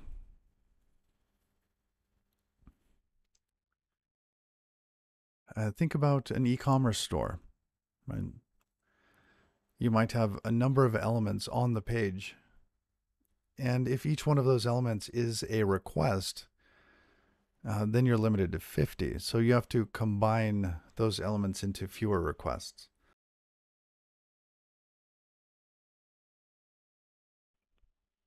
Okay, so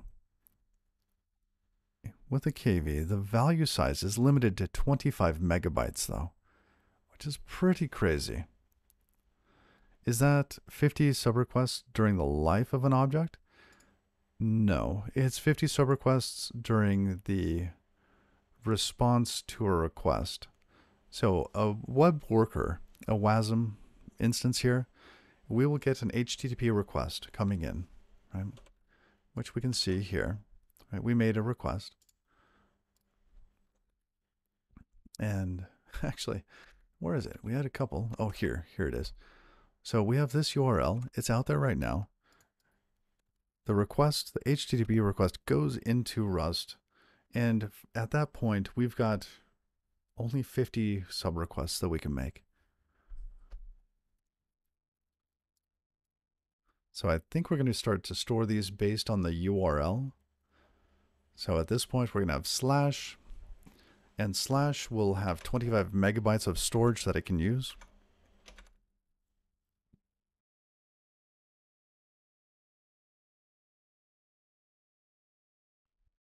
Now, I wonder what sort of data we can store inside of a KV object.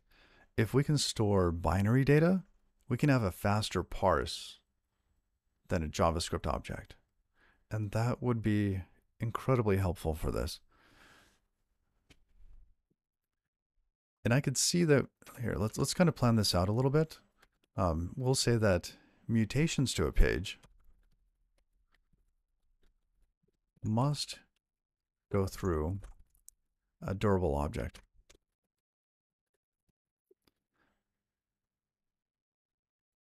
Reads of a page can generate cache from the KV store.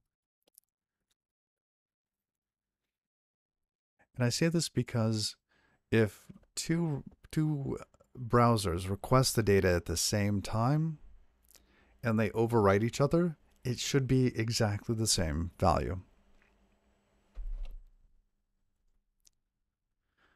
Is there any overhead in using WASM instead of pure.js for workers? Yes, there is. You have to kind of cross the bridge going between JavaScript and workers and WASM. So there's a little overhead at the boundary. But for me, having fewer kind of errors because Rust is so strict gets me further faster, and I'm willing to sacrifice some time on that.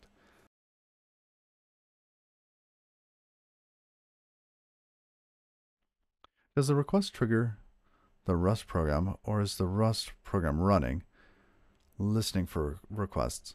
Great question, Lapta. It's both.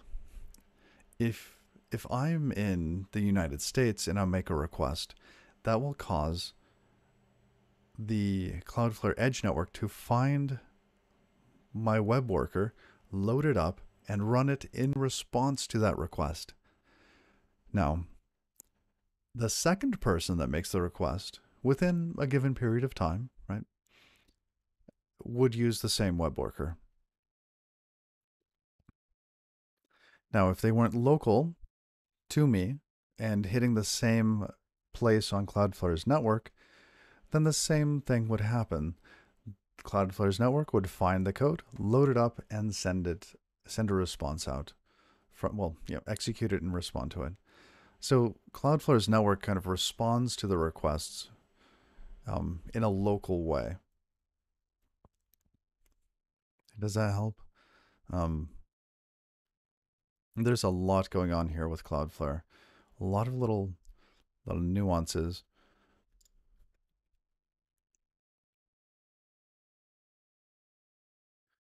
So we need to register a KV data store.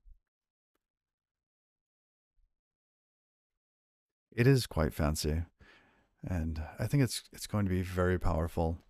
And I think you could make an incredibly efficient website hosting company on top of this. And that's really what I want to try to do. Insanely scalable, right? Because it's on Cloudflare's shoulders. um, Very fast and responsive because all the data is local to the user. It's like AWS Lambda or Azure Functions, basically. Yes. If, if, oh, and good morning. Um, it's very, very, very much like it. Very much like it.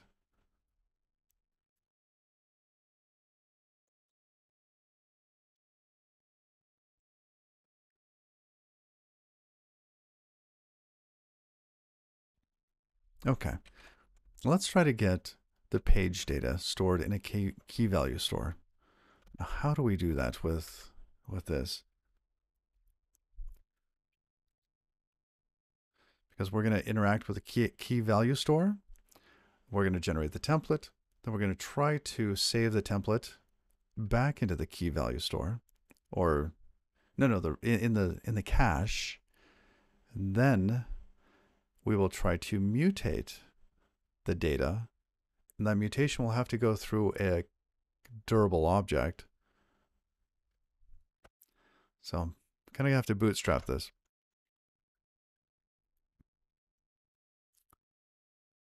So first stage, key value store.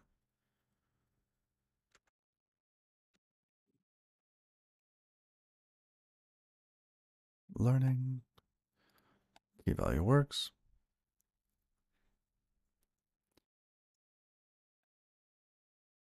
Write relatively infrequently, check. Read quick and frequently, check. It is optimized for high read applications.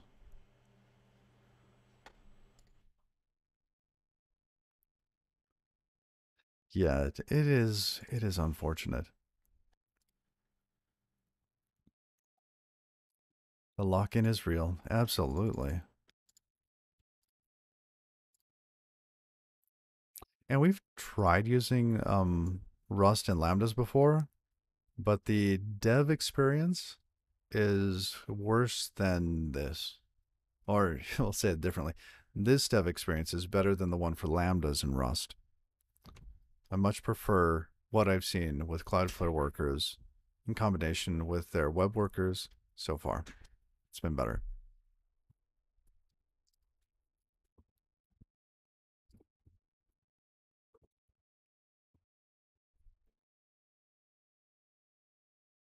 Okay.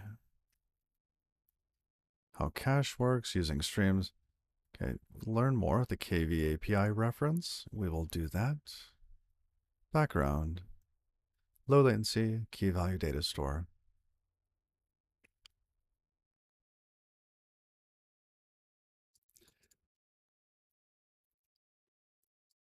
Using KV with durable objects. Interesting.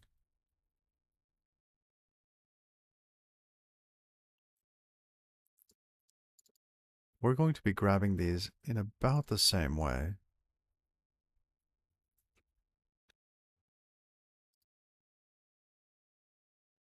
Wave goodbye to performance then? Oh, because of the abstraction? Rust abstractions don't sacrifice performance. I think you can do abstractions in a decent way. I mean, let's face it, we're running inside of V8. So we're not running on bare metal.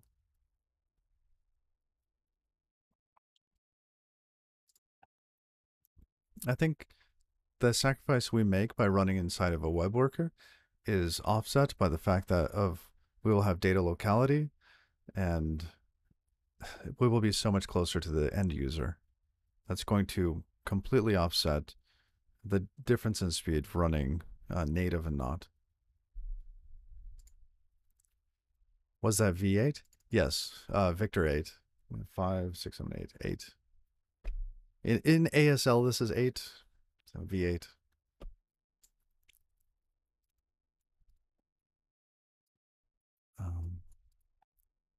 So let's create a namespace. This appears to be similar to how we look up a durable object.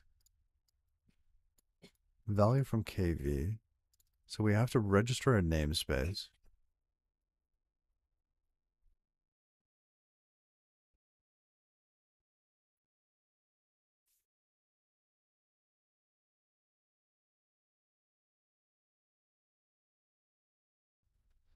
All right.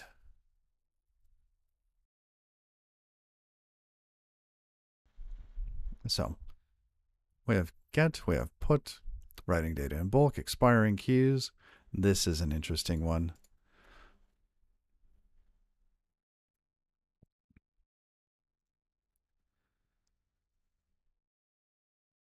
Creating expiring keys. So you put with a value and an object. Okay.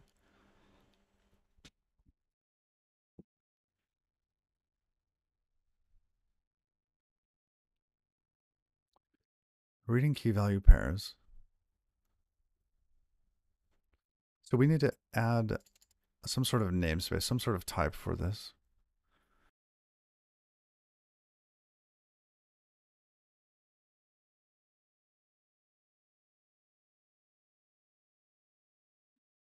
You look forward to learning more? Well, thank you, Lapta, and enjoy your walk.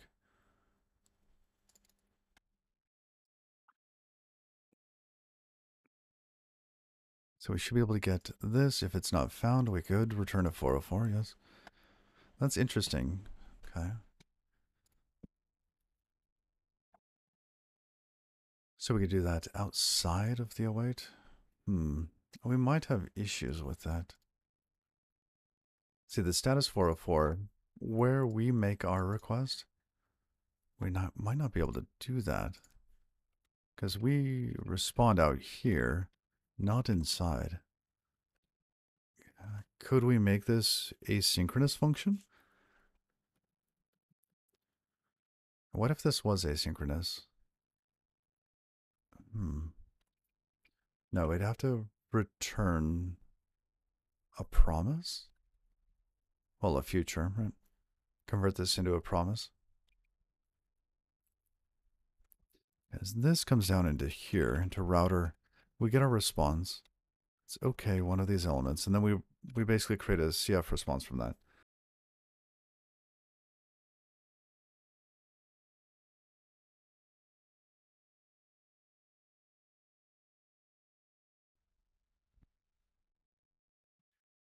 For those of you that are new to the stream, this is where the router exists. This is our magic.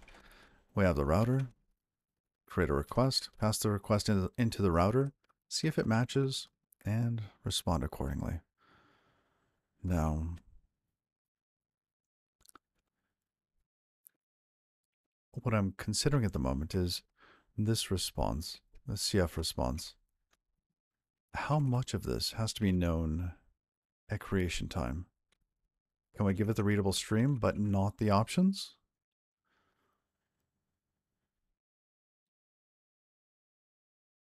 That I'm not sure about. So what if we had to make an async request first inside of our fetch handler? Right? To do what they're doing here, right? We have to wait for the key value response.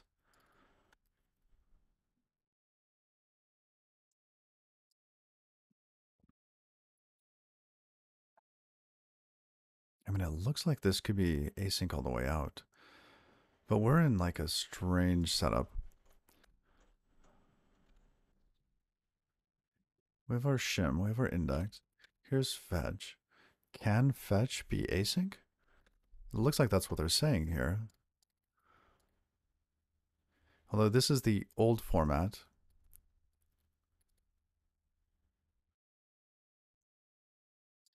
Event respond with. Okay, that's different.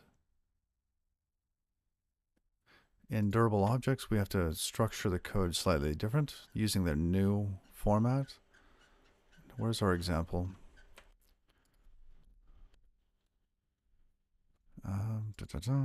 Page up. Using durable objects. Writing the class. instantiating, etc. I'm not interested in the durable object request at the moment.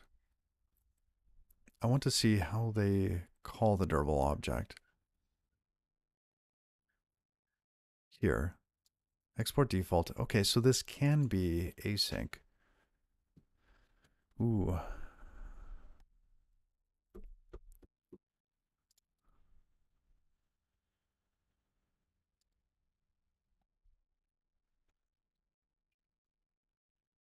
So this could be an async.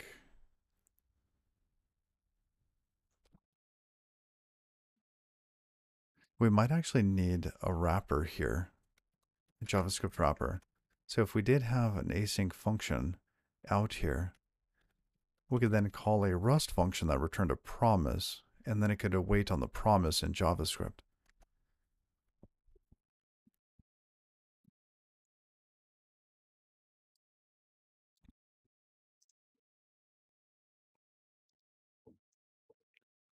You think the last time you tried to use async Rust functions with WASM bindgen, it worked, but it was a bit uncomfy. Okay. Fetch already returns a promise. Oh, interesting. You're right. You're right.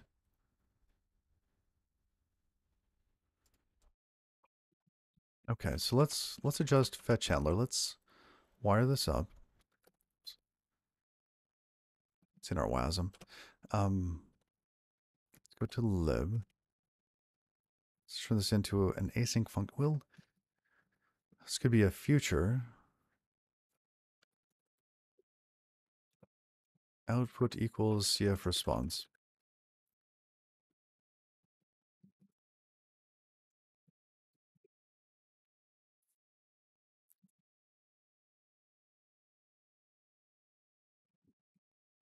Um,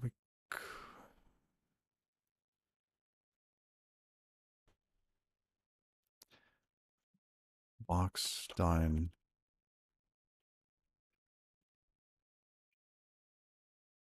So boxed future. Oh, it's not satisfied. What can we do in there? And good morning. Good morning.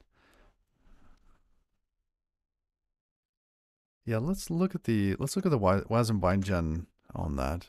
I think we had pulled up some stuff yesterday. Museum had actually linked us some pieces on this.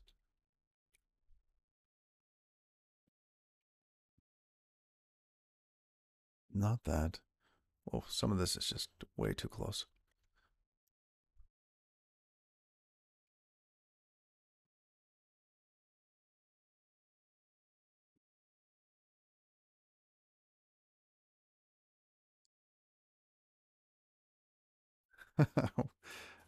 Having to close a bunch of tabs. Hold on. I'll get there. Ah, here. Okay.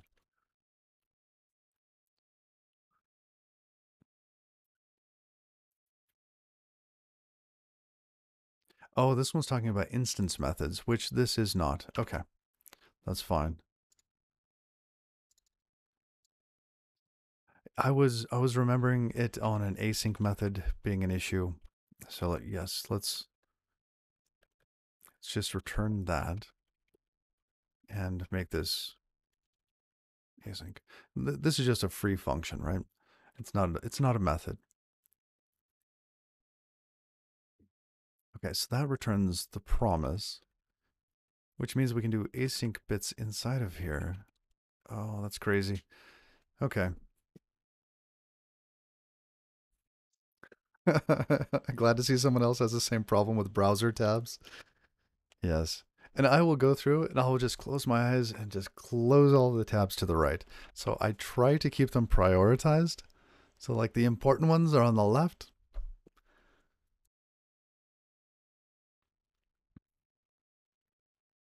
So we could close everything to the right of this. Close multiple tabs to the right. And you just close your eyes, click the button, and that weight is lifted off your shoulders. Thank you for the follow.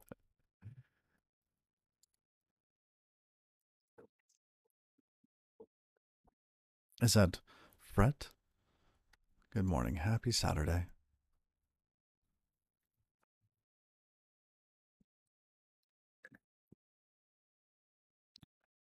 That was the little Starling thing glitching again.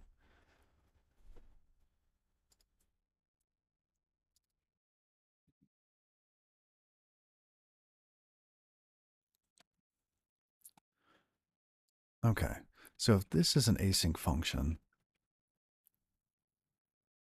you feel the anxiety of having closed something important by accident. No, just let it go. Let it go.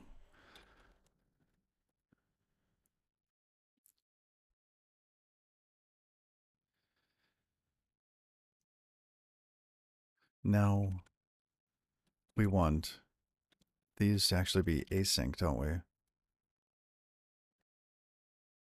Ooh, how are we going to do that?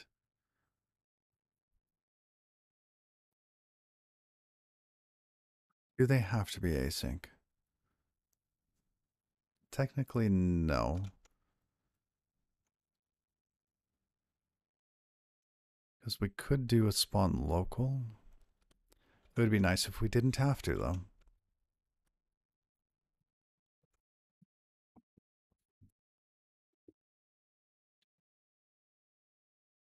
And I don't know if I want to force the router to be async, though.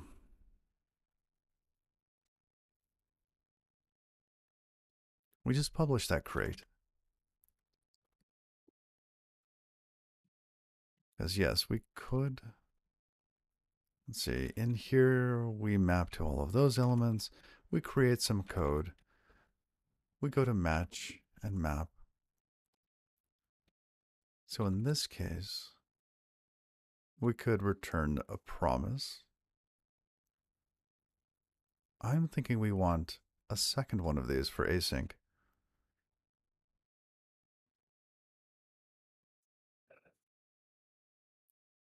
Alert kid. Well, we wrote that proc macro. We would have to change it or add a second one for async. So maybe we have router, like async router.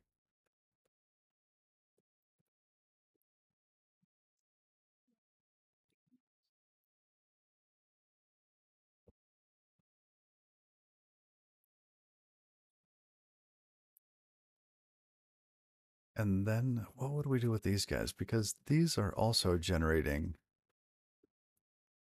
functions, and those would have to be async as well.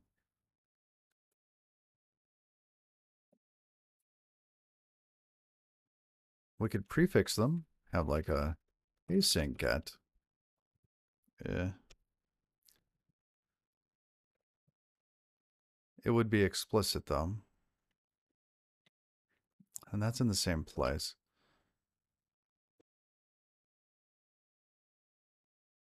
All right, let's play around with that.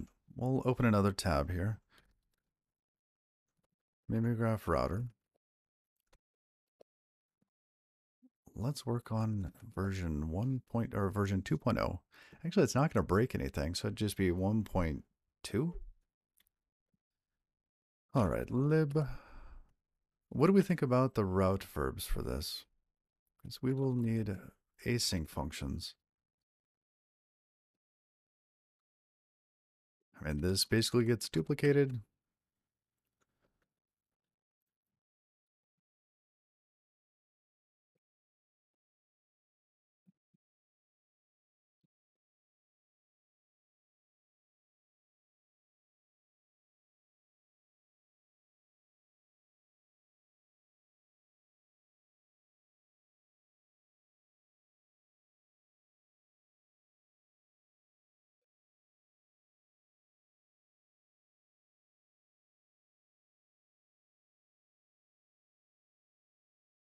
Or it could generate both.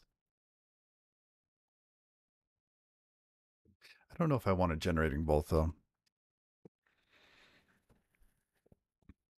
Just cheat by calling an inner async function from a route handlers that need to be async. Oh.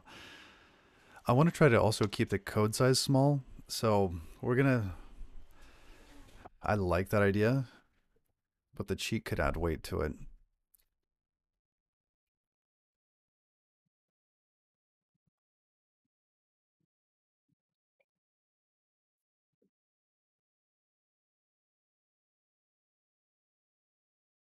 Actually, no, don't do that. This can just go inside because it's a proc macro attribute bit. So we generate both for each one of those. Ah, but this magic here, we need to concat for this. Is it paste or concat? I don't.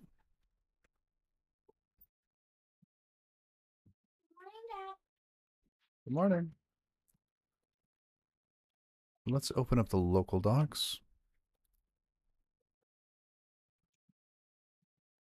How are you today?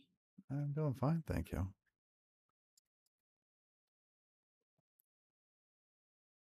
We want the concat macro here. So in this case, we want to be able to concatenate them.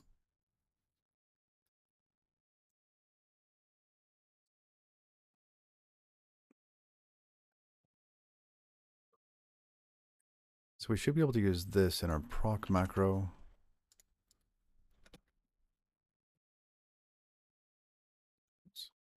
Let's close this file. Yeah.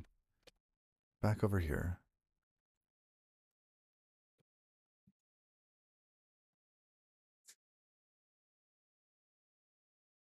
How do we do this?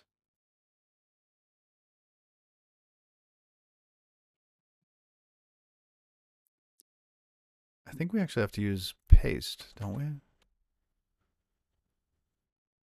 Because we want to concatenate verb plus async.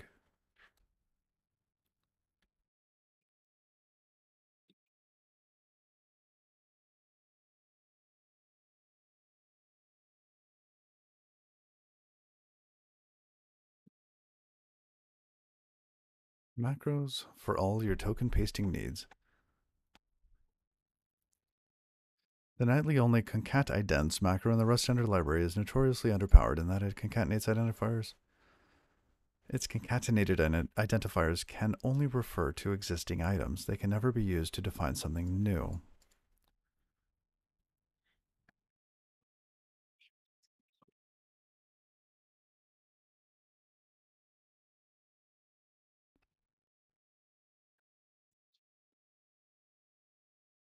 Define a const called QSRT.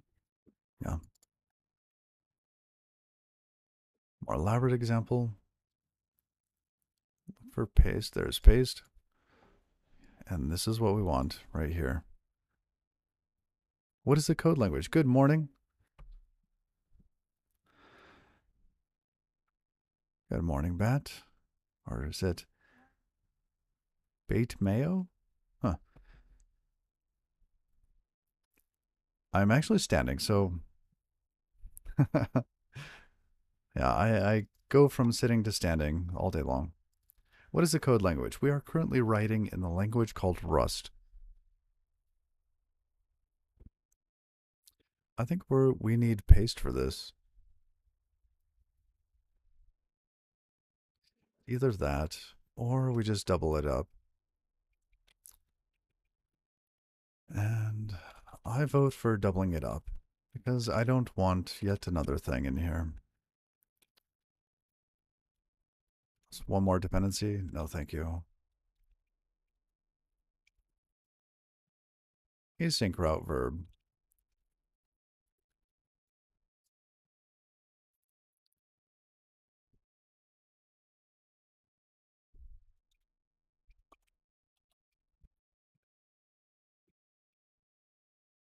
Oh, actually, let's leave that there. We'll just put async in front of these.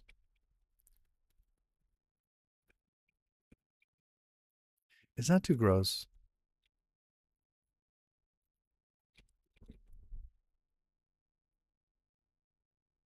Oh, no. That's not async. The code we generate is async. So this would need to be like async route attribute. No, not good. Good. I'm glad you're paying attention because we do not want the proc macro itself to be async. They can't be async. Can we have keystrokes mentioned in the stream to pick up some Vim quirks? I don't know. I've tried adding keystrokes, but I haven't had good success with it. I wouldn't mind, especially if they were in Vim.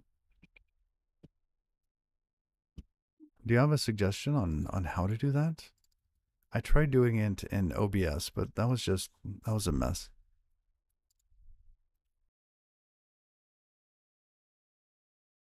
Because OBS is actually on a second machine for me.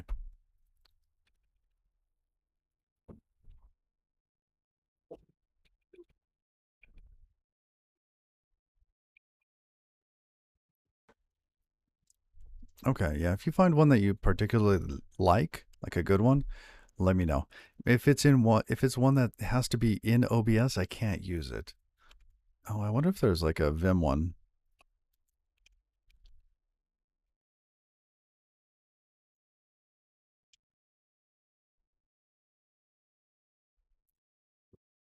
Show input keystrokes in Vim.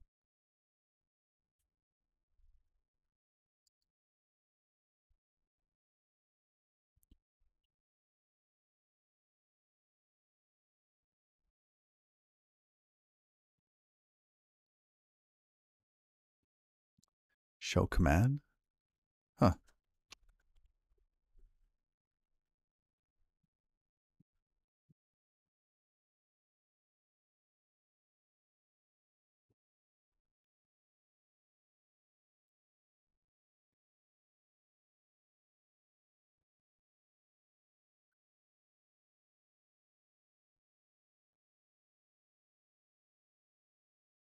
Interesting. Oh, it's pretty useless. Okay.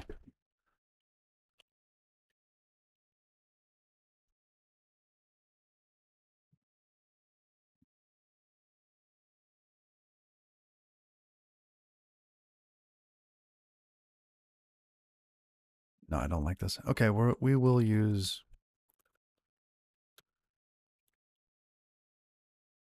paste. Or go add paste. Foreground. Paste bang. It's curly braces at this point. We do this.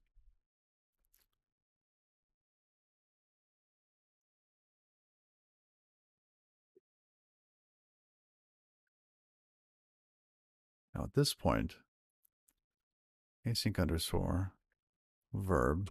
Is it like that? Paste, you have your curly brace.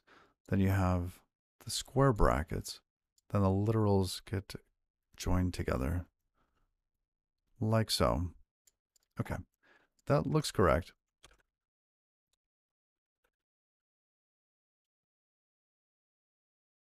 Consider paste paste. I don't know if we can use paste paste.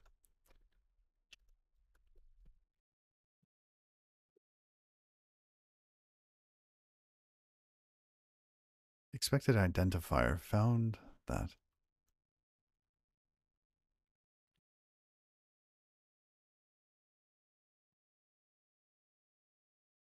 Paste bracket.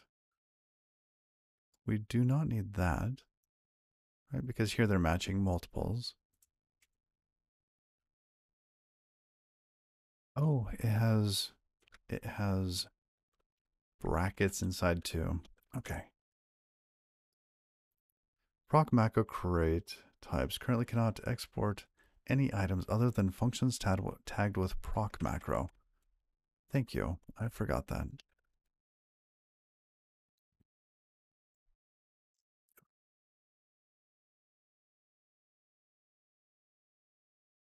Self paste.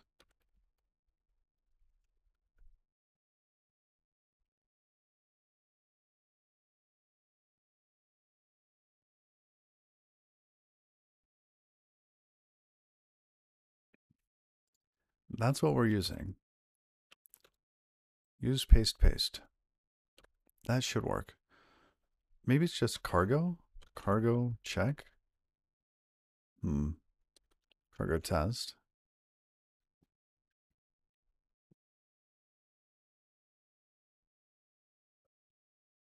I think COC was just confused. Let's restart COC. It didn't pick up on the crate that was added. All right, then we have async verb, route, async attribute. Then we have our route. Oh,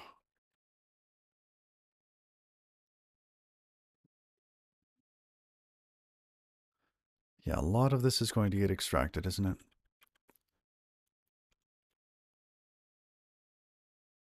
And this is where we need to add async. Even if we're not doing anything async here. What are we building? Right now, it's a simple HTTP route handler. Oh, thank you for that.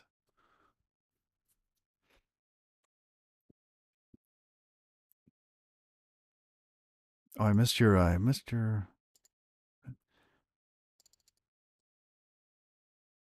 Okay.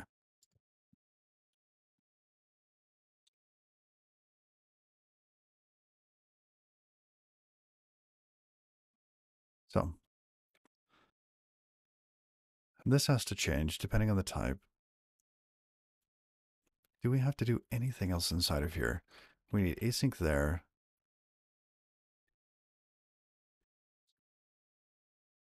The function that we call. See, all of these are going to be synchronous, but we end up calling wrapped function name.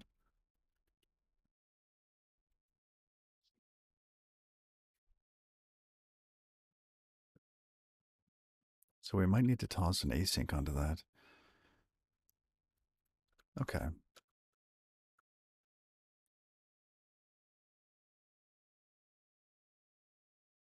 There's that one. Here's this one.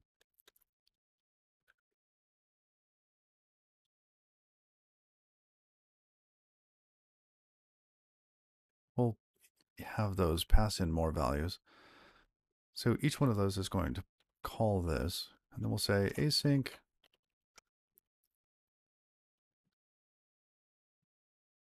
Give that a save.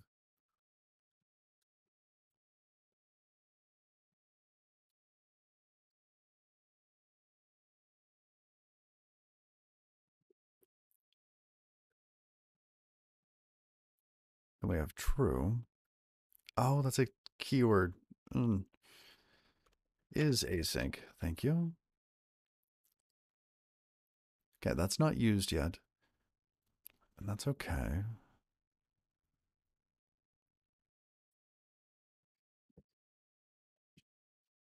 At this point, we should have some sort of compiler error if you're using an async wrapper on something that isn't async.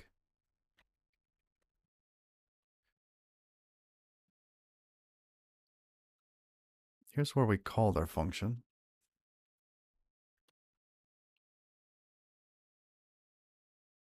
If this is async, do we need to await it?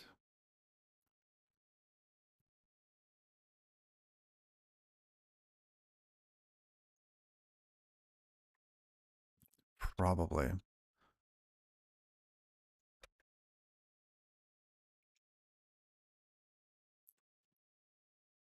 If, let's see, let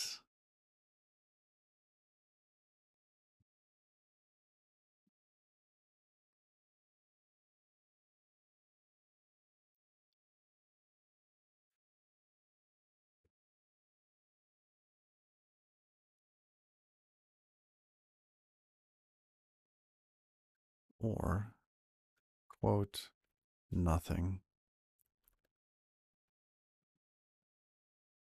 Expected expression.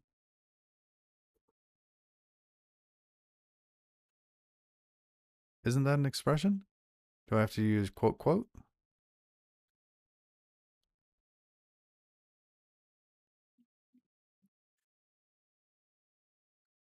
Oh, thank you. If async,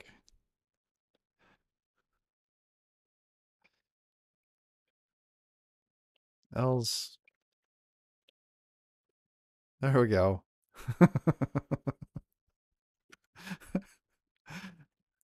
what you get for bouncing between languages.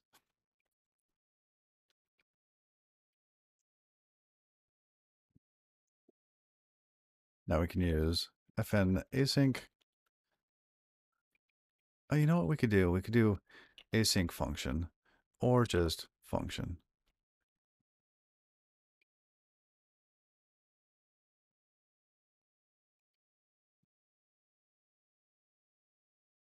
Rename this to function kind.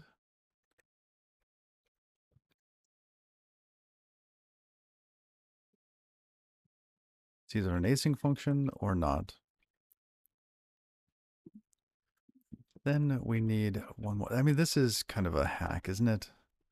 Like, arguably, we would, I don't know. Is there anything else in here that needs to be async? We've got the path matching, right? If the length doesn't match, that falls apart. We have the segments built up to match the URL parts and whether or not they're arguments. Iterate over them, collecting our args. Then we call the function and expand the args. The router macro doesn't know which are async and which aren't.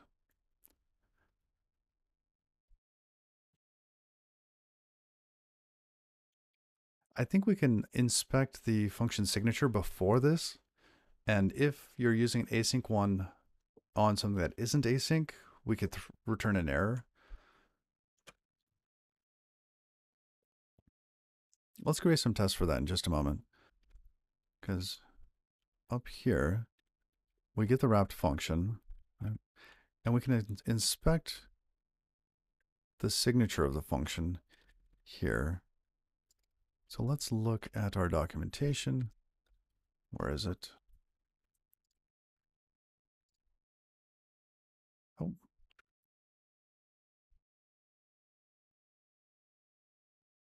Argo. Doc open.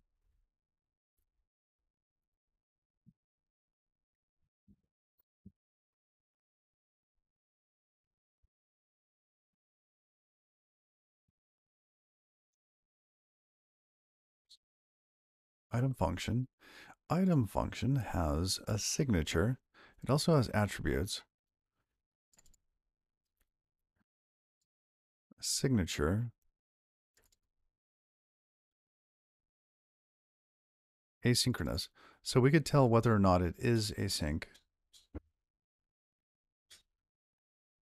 Like the macro that creates the router from the list of handlers. Oh, yes. Yeah.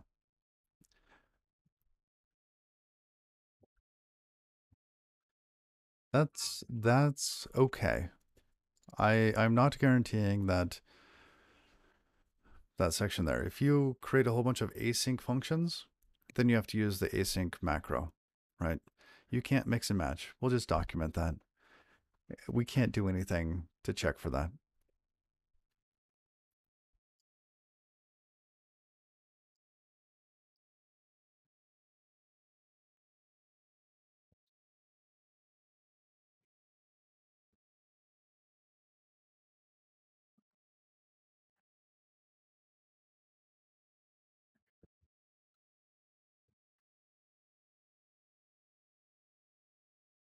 Okay, asynchronous. We should be able to do a check on that.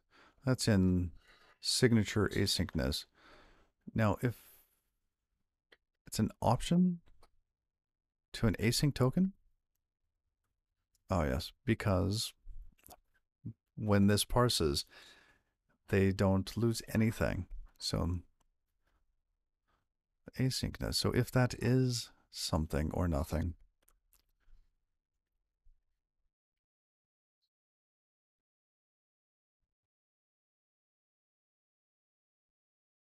so here we parse macro input. Here we have the wrapped function. Where else? We do a check here to get the, okay.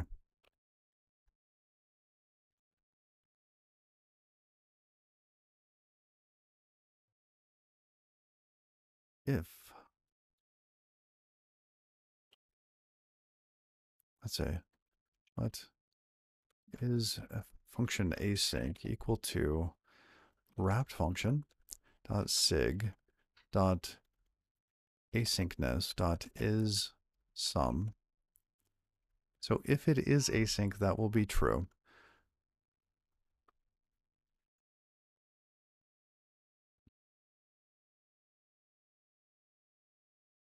Do we want two different errors? One for using the async version on a non-async function, and then the opposite? Probably. If is function async and is and not is async, return. See, we're returning a token stream here, so we need a sync error.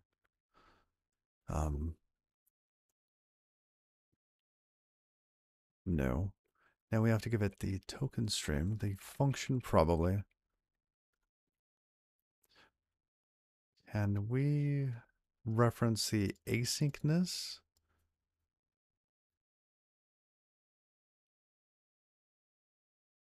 We might be able to do that.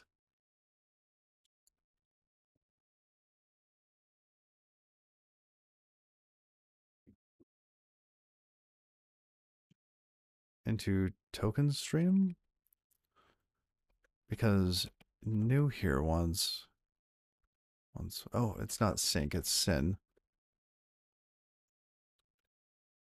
error new. That wants a span, and we can get the span of this span, and then our error.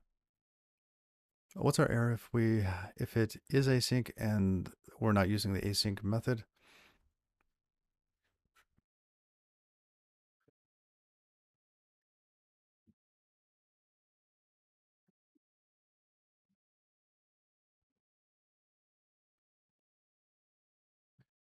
Async macro variant instead.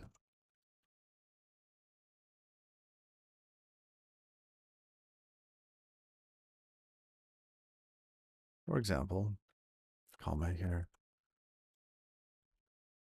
async get.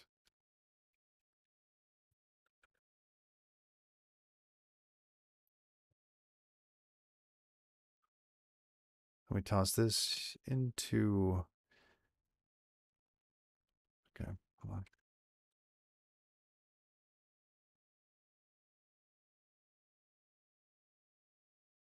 Error is going to be equal to that. How did I screw this up? Oh, because of the,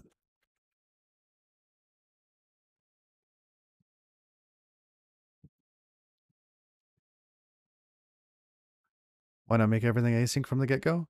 I think there's situations where you might want to use a router like this in a non-async environment.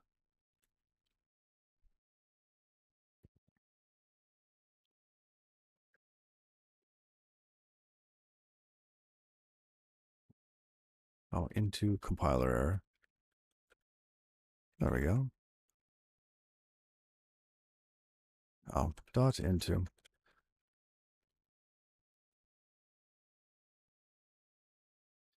If it's not async, so we'll do the opposite.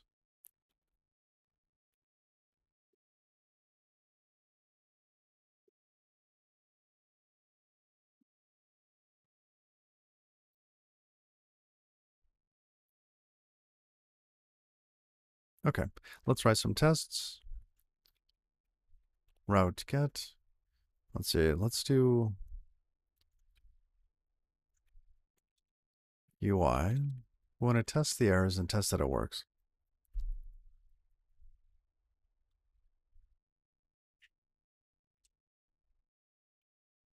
Test fail.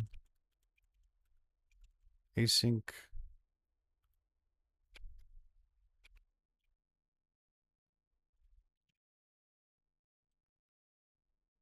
and then sync. Let's go ahead and edit one of these.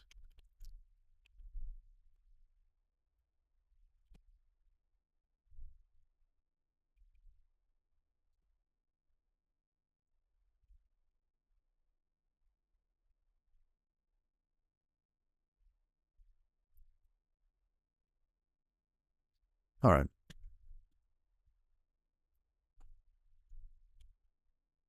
So if we try to get something here,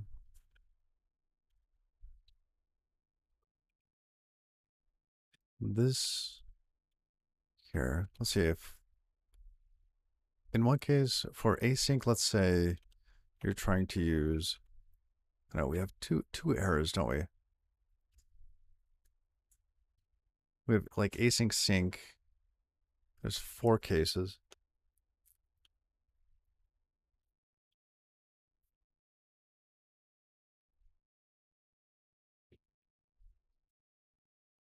You wonder if Rust optimizes out the scheduler stuff for something like that? Maybe, maybe. And you know, it just dawned on me that we can actually tell if it's async or not, which means that we do not have to change. Hold on a sec. Let's go back to the router or the route. Yeah, I'm going to get rid of is async because we're just going to know whether or not it's async. We'll look at the function signature.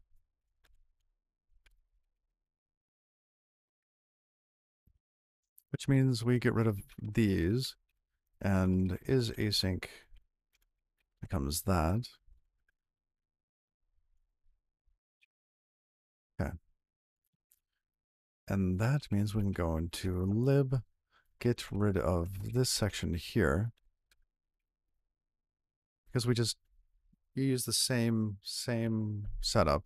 The only change that'll happen is whether or not you're using an async router or not.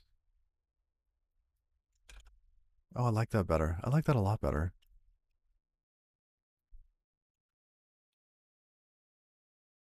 Okay, let's get rid of paste. Clean up a little bit as we go. Cargo.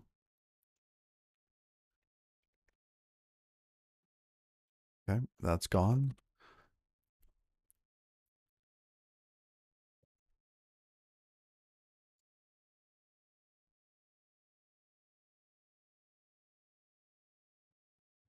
Yeah, I don't know either.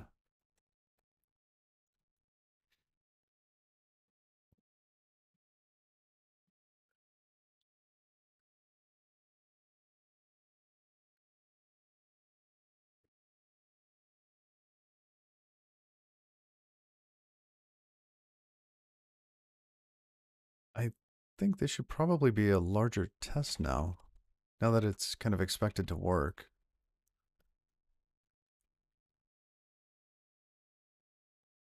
This should be pass, and it's similar to route get.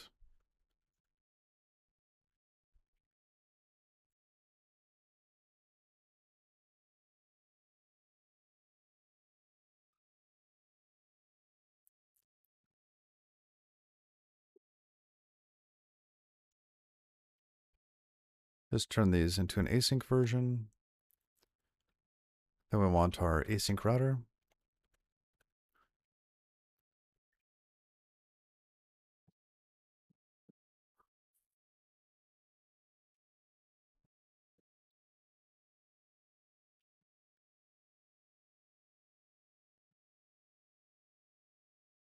We await the response there. Get this and return that. Okay.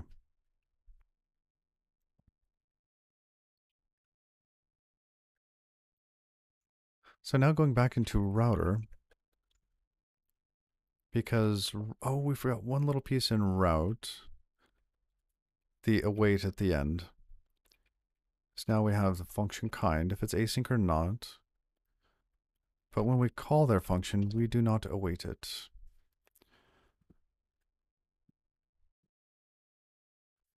And we should.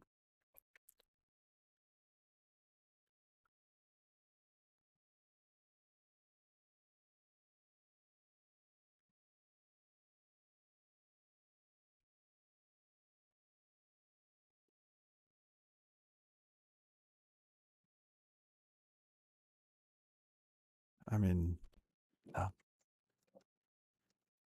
oh, oh, I missed it. Recently played. There we go.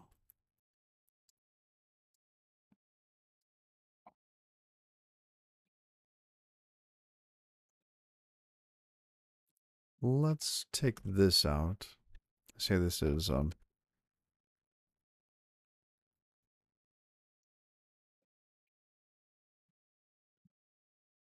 wrapped function call.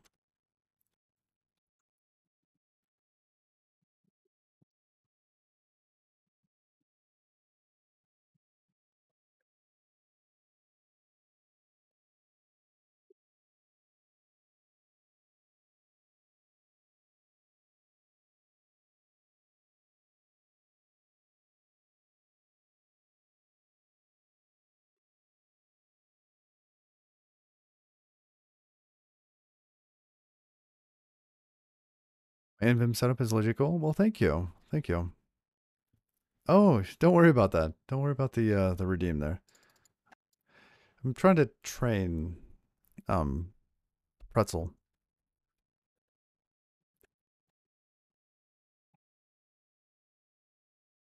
Are we writing proc macros? Currently we are.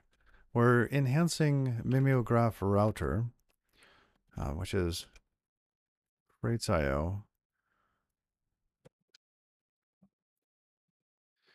We're enhancing this guy here so that it can work with async functions.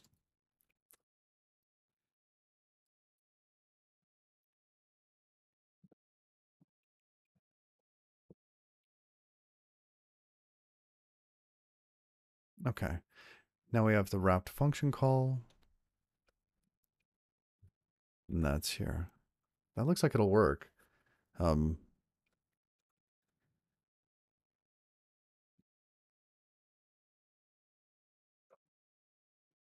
wrapped args. So defined up there. Yeah. Looks good. Are we using the sin crate? Yes, we are. We're using sin. We're using quote. Okay, I think we've got that working. Now let's go into router. Oh, thank you for the follow. And how do you pronounce this? It's there are no vowels. What do I do? No vowels.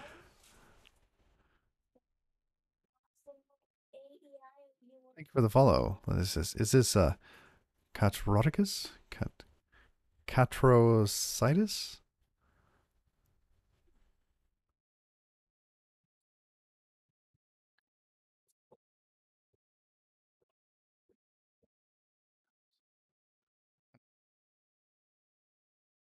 Yeah.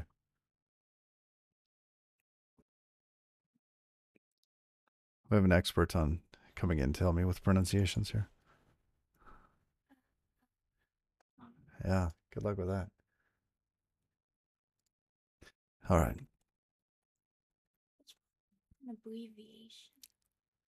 Our guess is that FLLR is an abbreviation. So thank you.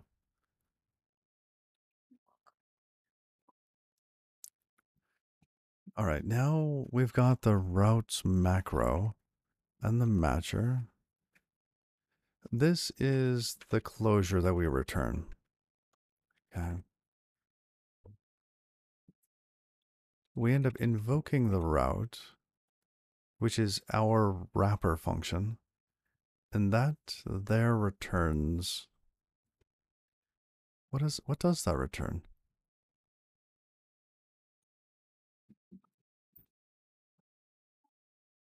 You got it. It's an abbreviation. Huh?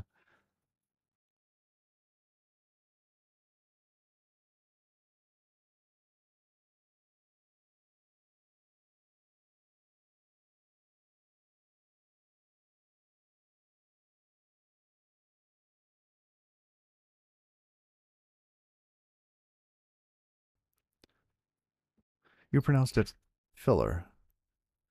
Huh, filler.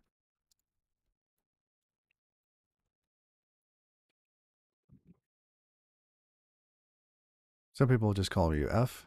They're in your initials. Gotcha. So when we call the wrapped function, this is an async function.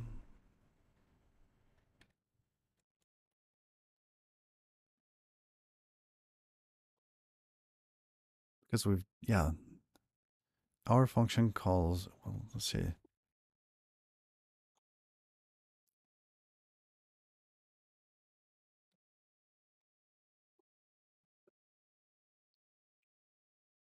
I think we simply need to await this.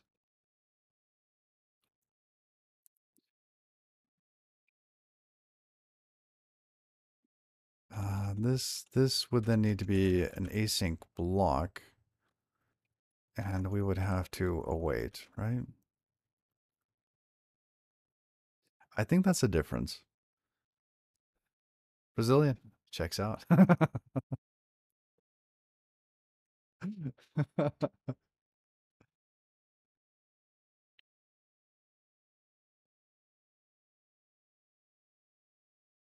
I think those are the only changes. This needs to be an async block here for the body so that we can await the closure. And then we have to await the route here. And let's try that. Undo there. Route matcher is async. Bool.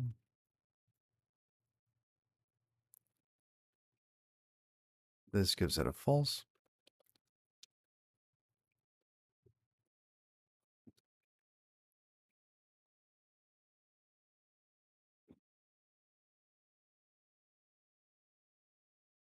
This will give it true.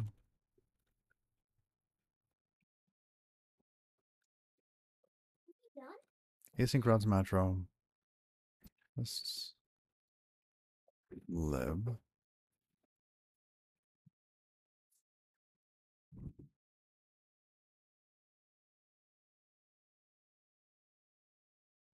All right. I think I just changed my mind. Async router. We'll pass in true and false here. False and true. We'll go back. We're not going to use this. Just pass it through.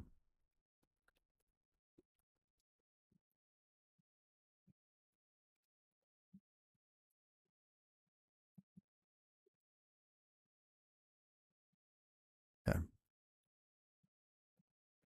Need that C there. Okay. Jump to this. And now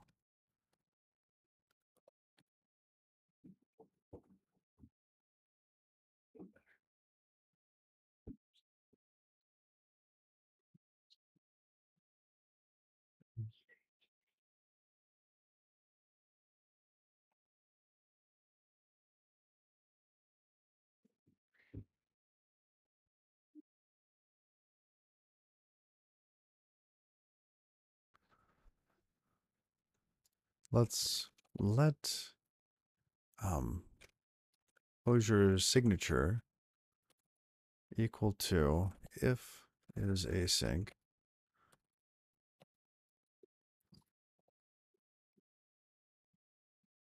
Gonna be this or this. Quote.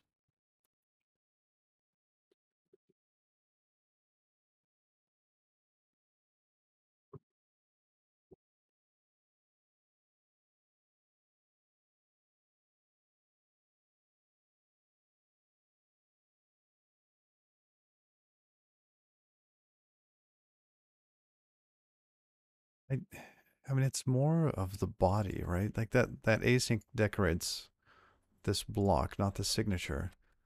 So closure, let's see, body start. That seems weird. Um, body async, body asyncness.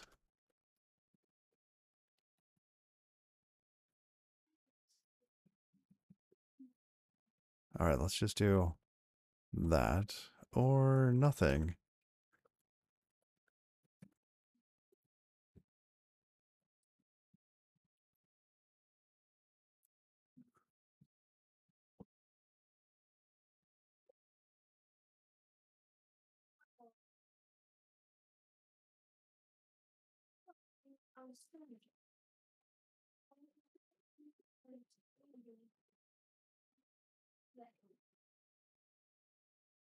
What are we going to put in there? This is going to be quote.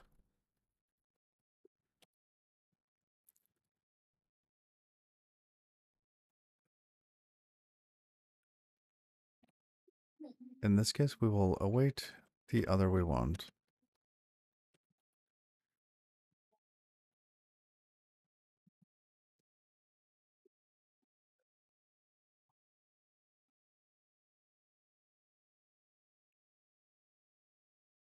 That might be it. Let's give it a test. Cargo test. Hey, please pick that up. Thank you. Yeah, on that. Thank you.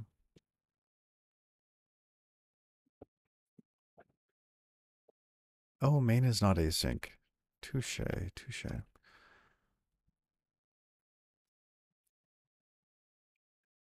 Where's async? There's our test.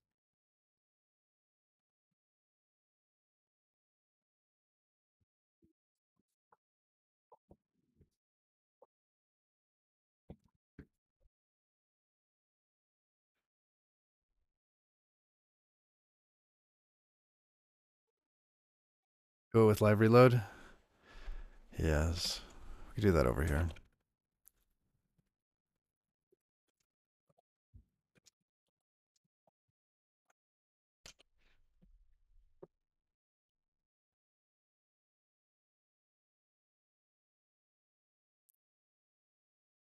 So we could toss on cargo or something like that.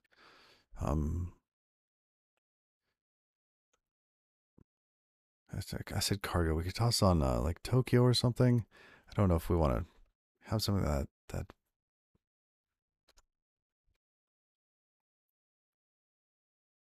It's a fair test though. It would make it easy. So we have to have a main. Then we have to call await inside of an async function.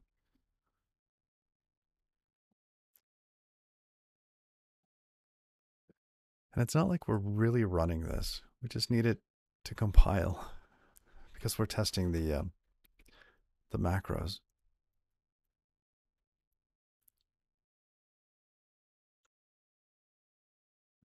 All right.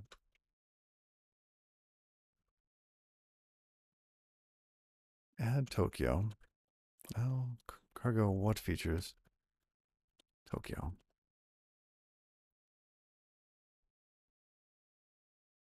I think we want macros.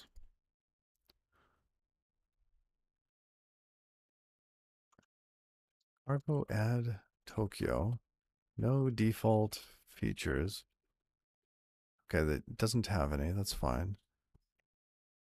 We see that up here. And then feature macros feature RT. Oh, RC. Oh, is it plural? Features, plural. There we go. That and I put that in the wrong block. That should be in the dev dependencies.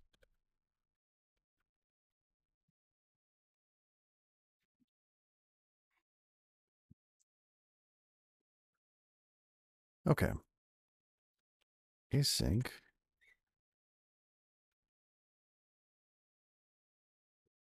Tokyo main. And this can now be an async function. Async function.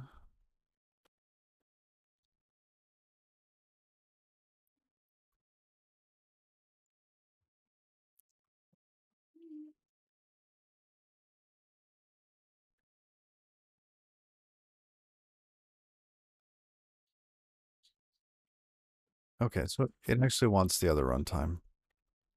I don't care enough to fight it. Cargo.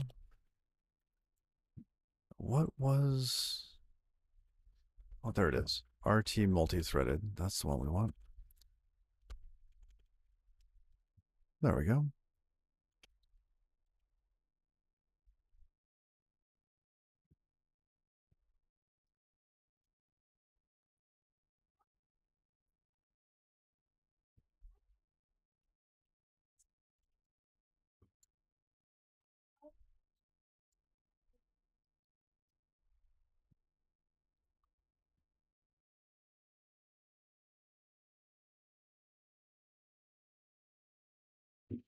All right.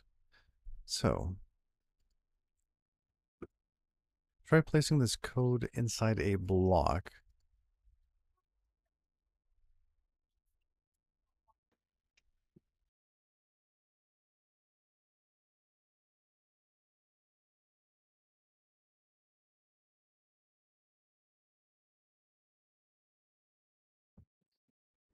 All right.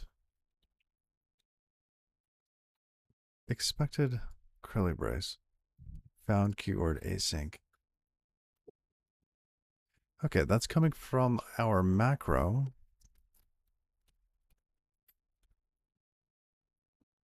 Um,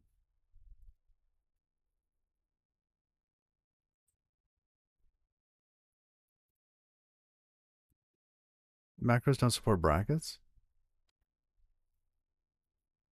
They do.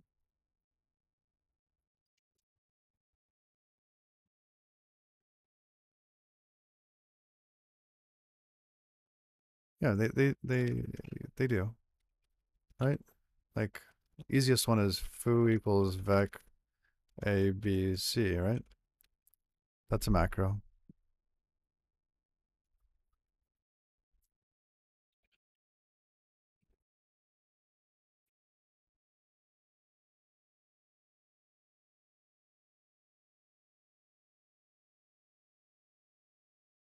No worries. It's always good to check.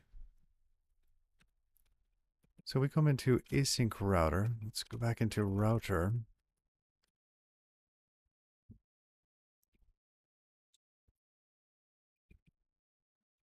Oh, is it saying that this async is invalid?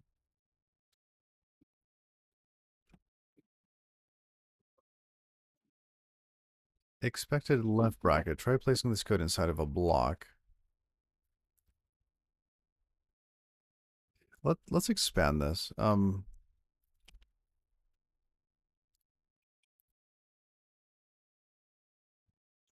Copy tests UI async to tests. Cargo expand test async. Let's take a look at the code.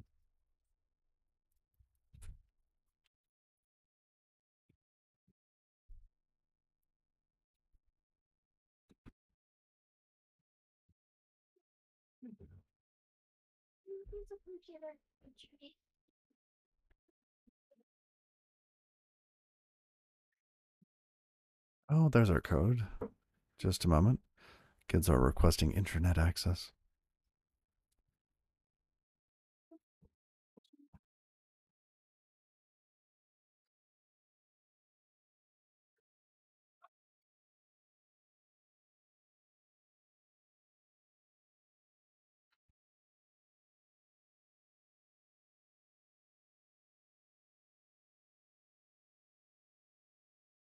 All right, you're good. Okay. So, what do we have here? Got, yep, there's our wrappers. We might be able to drop the size by doing a bit of the same, like, there's a lot of this common code. So we could have these actually call something in the middle. All right.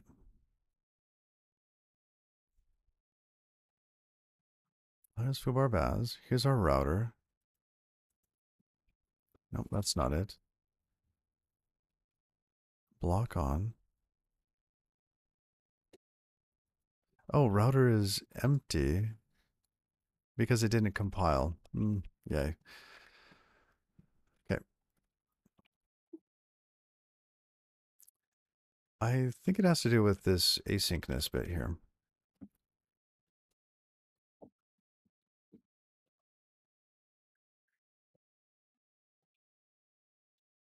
Expected opaque type, but found a different opaque type.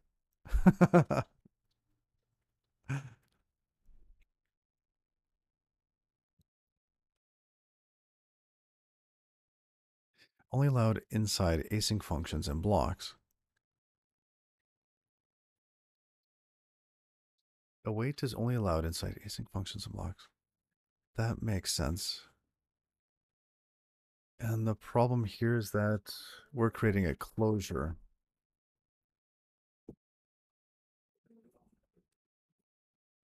It doesn't need to be a closure.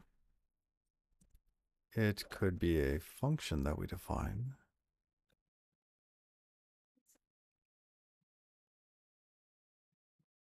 Because we're awaiting here.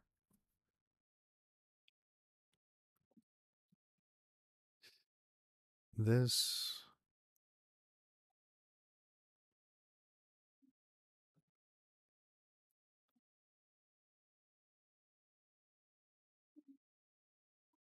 Stay on now because they're trying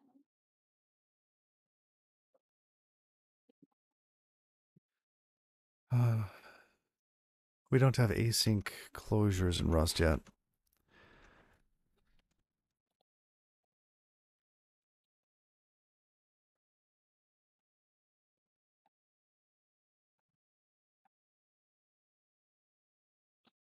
Just a moment. Got to field the internet request. All right.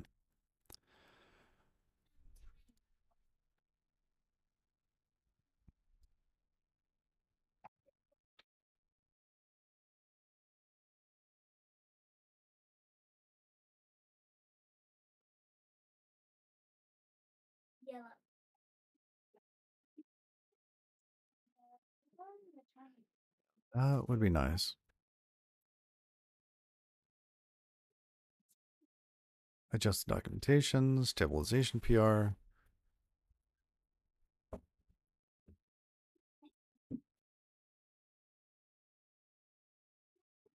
Literally to everything like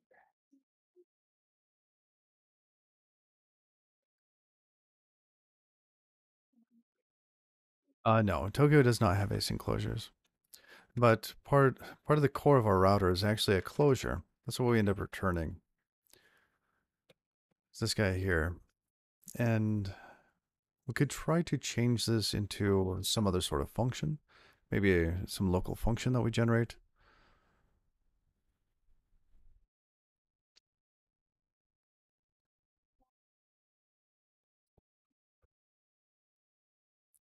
We could create a type that impls function. Can you have structs that impl function?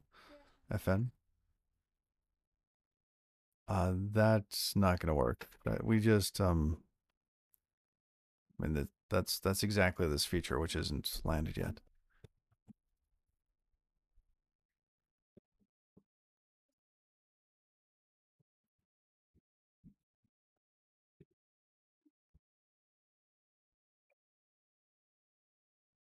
Just try it. Okay.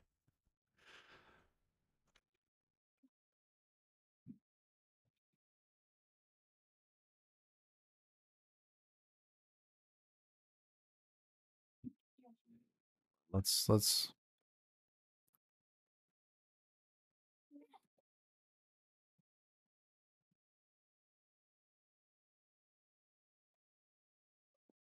async closures are unstable.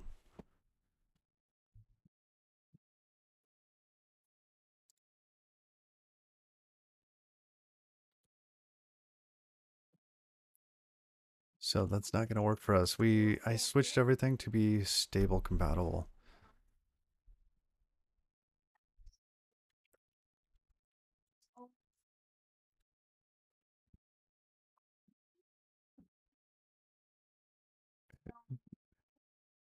I don't know if Tokyo has async closures. I know you can create a closure that returns an async block.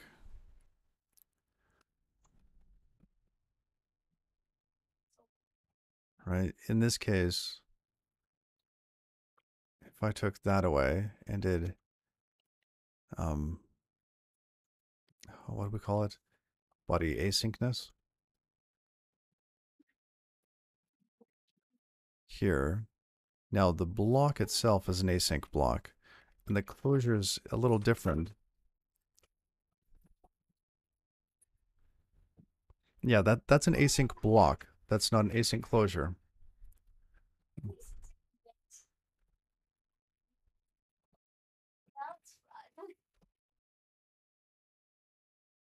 Yeah, now our output is wrong.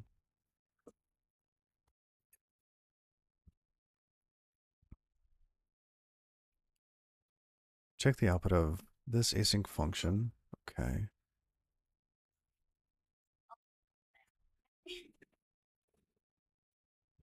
Oh, this is good. Okay, this is good. Can we... Wrong one. Does it know exactly what the return types are here? Before it had issues figuring that out. Okay or error. Yeah, we just passed that through. That comes back from the route call. In this case, we end up awaiting it. Okay.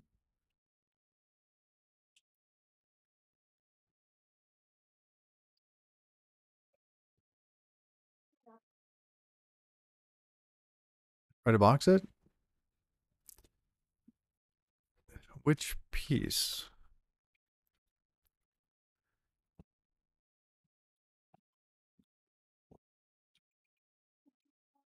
Is looking at the error, I'm trying to determine which piece of this is actually the problem. Type mismatch resolving for function returning future as fn1s.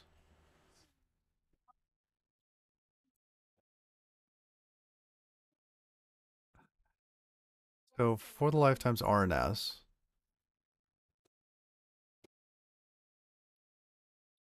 where does this bracket get closed?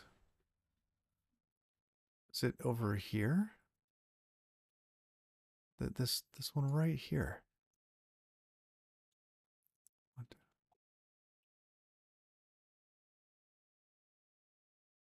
Yeah, I think it pairs up right there.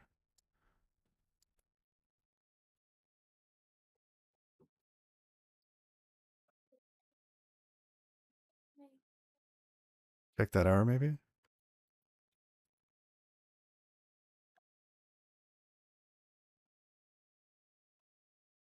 This one. Um, checked the output of this async function, expected opaque type.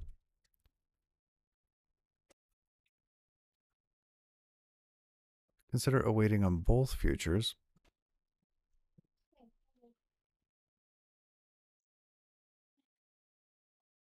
Okay, which one am I not awaiting on?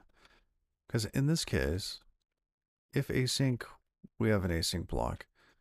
Route call. If async, we have an await here on the route. Right? So that should be fine. And in either of these cases, each one of these, is it because the signature is now different for each and every one?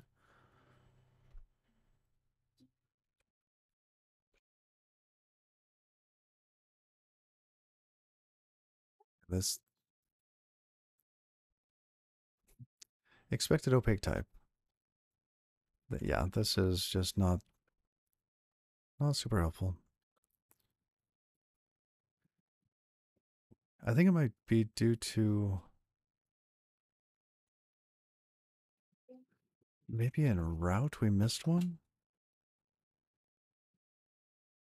Because in here, we're supposed to be returning this wrapped function call, right? And in this case, we await the wrapped function.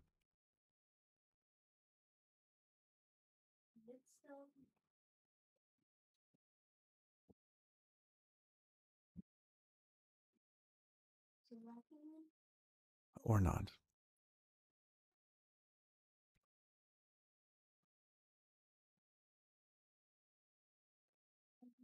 Here. Expand test async. Let's see if we can get a little bit more.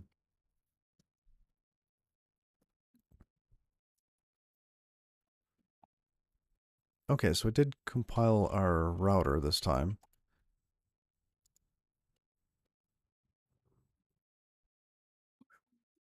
It seems to say that you have two different definitions of that async function.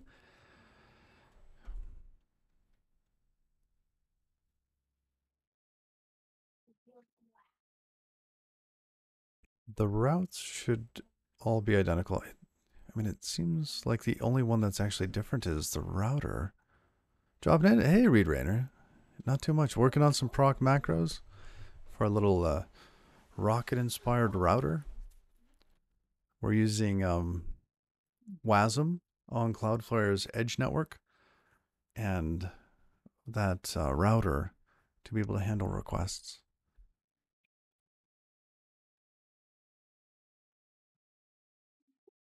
All right, let's save this to tests delete me.rs. Now we can go into delete me, clean some of this up.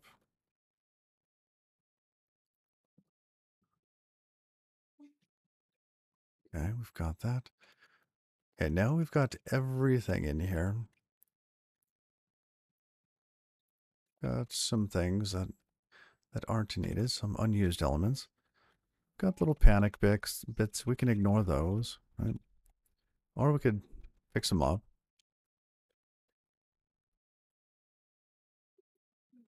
Then we just have this.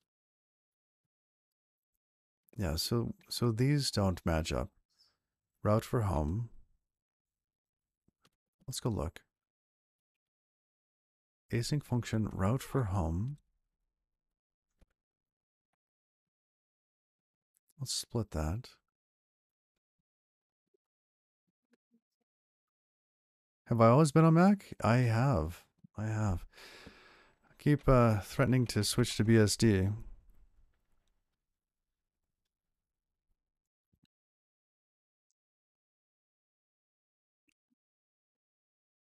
So we're looking at the difference between that and that. So this section up here and the next one. Pub async function route for foobar baz.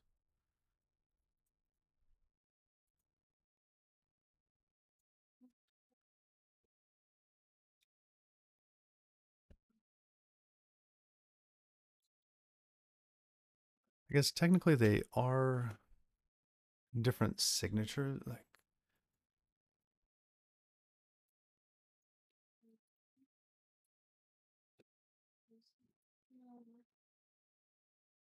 we could change it so that they are a little different here. So that they return a future.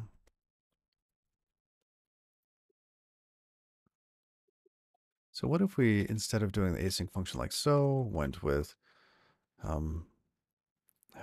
boxed future, define future.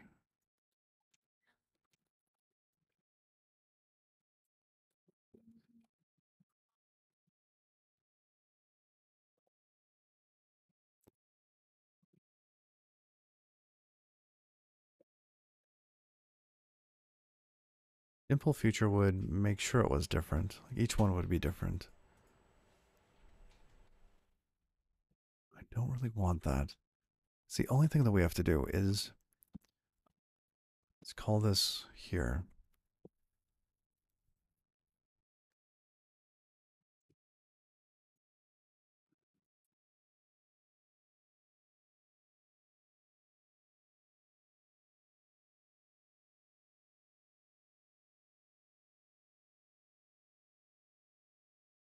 So we could return a boxed future there. What are we trying to do? We're trying to add the ability to have async functions handled by our router. So in this case, get would be able to have an async function or a static one, or excuse me, a synchronous one. Sync already works. The problem here is that we get into this async router and our types are different because the opaque types are different. So we are currently looking at some of the generated code and modifying the generated code.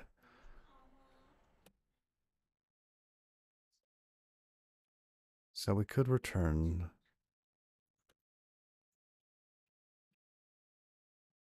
a future that's an option to a result. And I mean, I would love to flip that to have an option to a future, but that's not going to work with the async framework.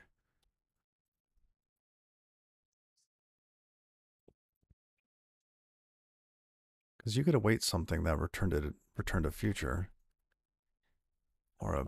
Okay, so if this was box dine future instead, do we have one too many?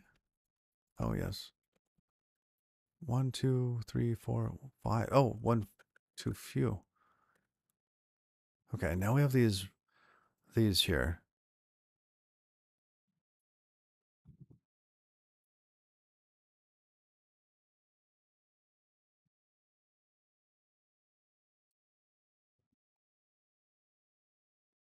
Hey, doesn't help for enemies undead enemies? All right. Yeah, in this case, we're not returning a future, and we could do that. What is it? Standard future ready. We could return okay or none there. Right. There, here. Same thing down here. What? Oh, but it's not boxed. Ugh.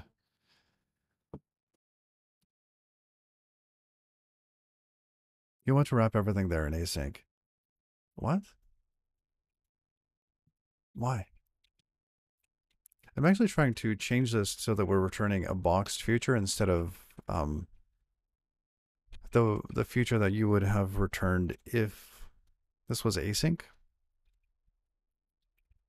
Because with a boxed future, we can actually abstract. Well, we can use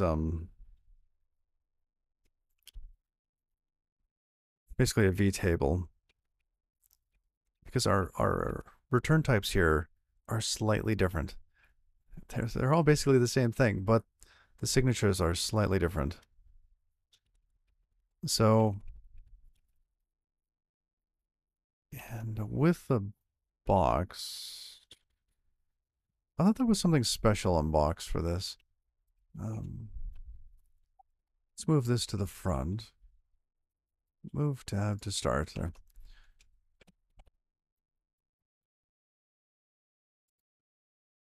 Oh, that's not the right type. I wanted the other ones. Here's standard. The book. Okay, the box. Center box.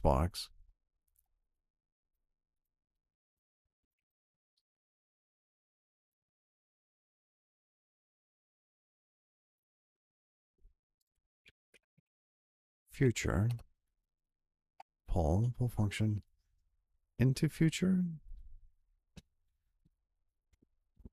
Wasn't there like a into box future? Or am I thinking of one of the other ones?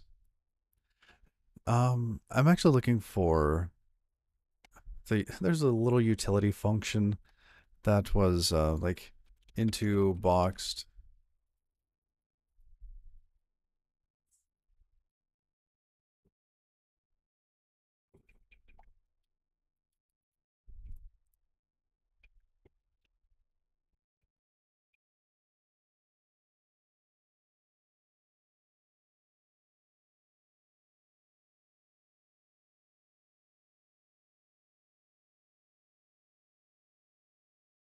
All right.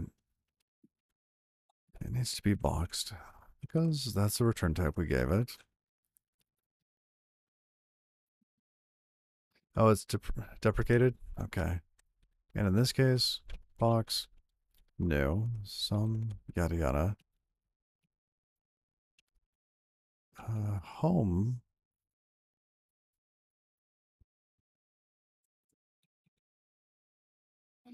Now, what are we going to do here?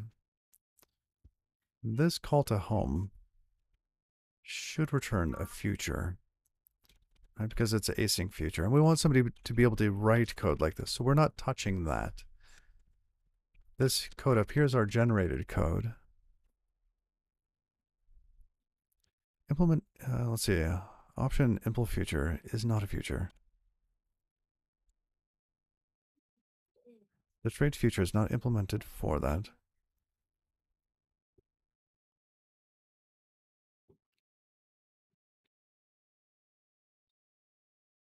Oh.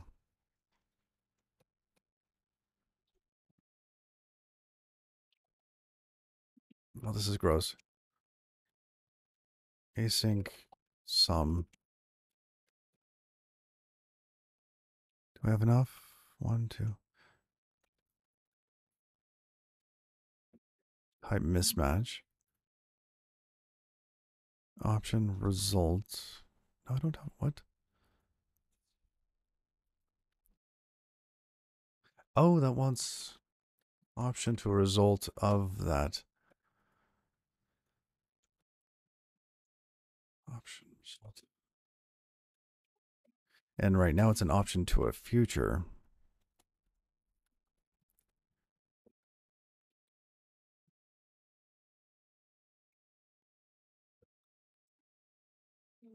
The request has anonymous lifetime, but needs to satisfy the static lifetime requirement. Yes, because these are borrowed.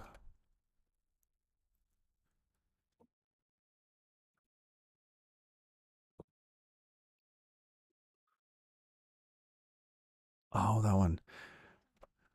Ninja Breakbot, good morning.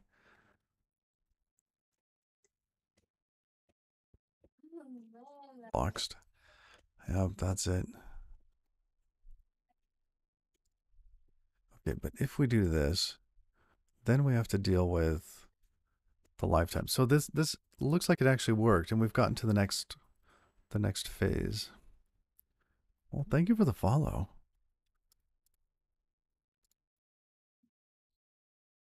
Frozen Droid, Amanus, thank you, and happy Saturday.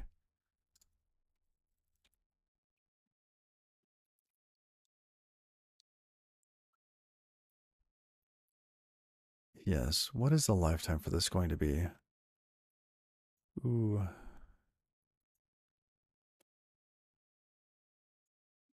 I think we know that it's going to live long enough.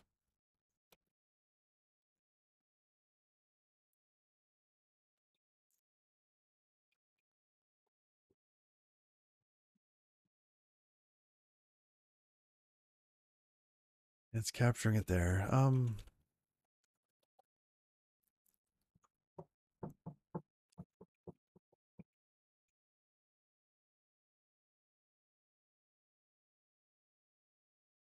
Now, let's review what's going on here.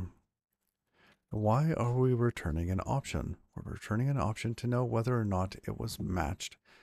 If we do not match the URL, right? This, where is it?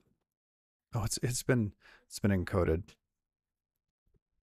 But if we don't match the route segments by length, if we don't match the method, then we return none, right?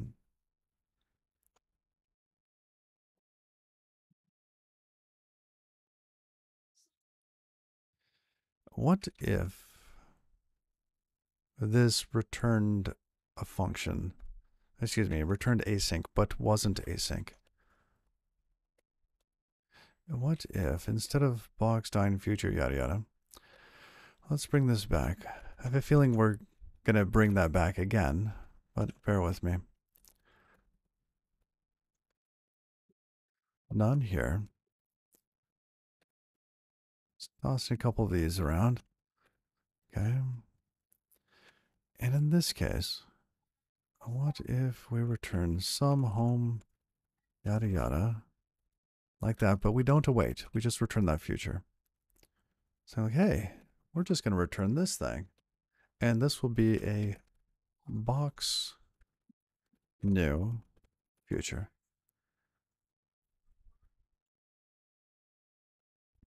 Right, because we could do that. Return box dine future with output equal to that, and add, what was it, two more? One, two, three more? How many? One, two, three, four, five. One, two, three, four. Okay. Looks about right. Request as anonymous lifetime. Yes. Yes. Okay.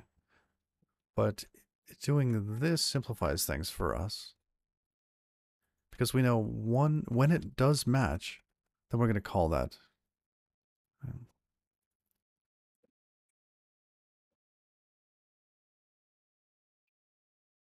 It's either that.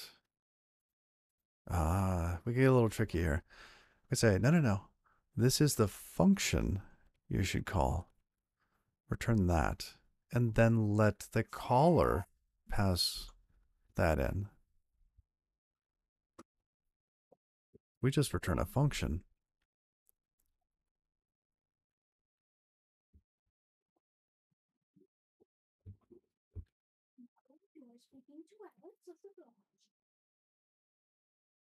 I like that.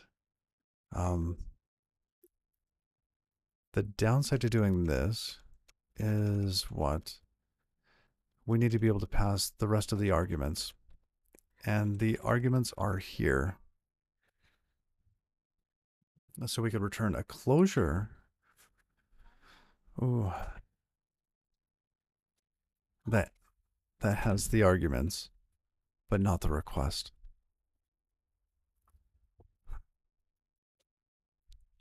That might work. Oh, goodness.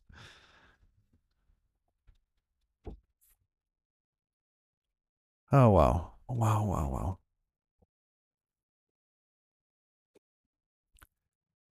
Wow. I think that would work.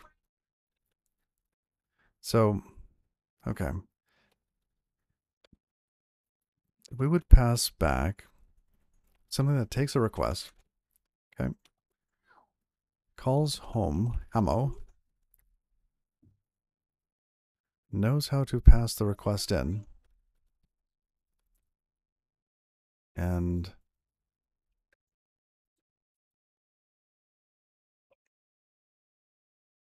can get out. Yeah, I know, I know, I know.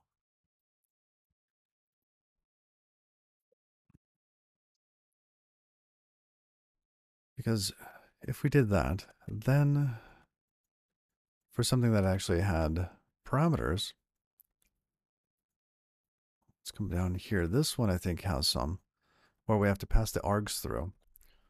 Right? This would be bar baz cooks request and then the args. Right?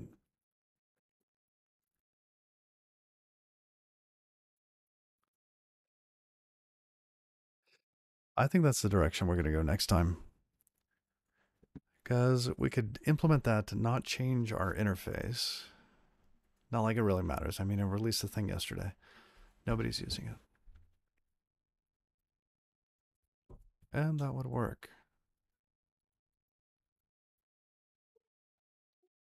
Good morning.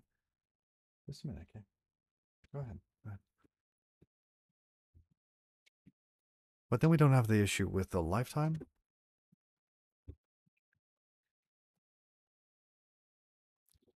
We can have a closure that returns a future. Right? Because this would return a future. We do not have to await that. We could just return a future. And then in the router, we can await the result of that. Ooh, I like that. Okay. We'll go in that direction. But coffee's ready, and I gotta roll. But thank you, everyone, for hanging out, kind of exploring this with us. Say, who shall we raid today? We got some Rust.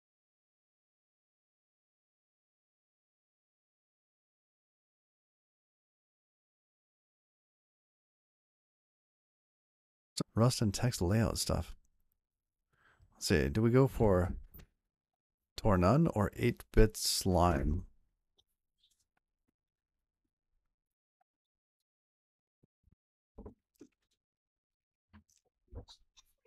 May we play together? All of you Rust geniuses want to help with this guy to learn Rust. We could raid that way.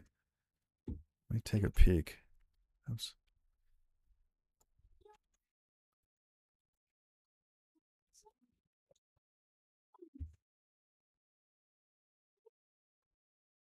Hey, but this.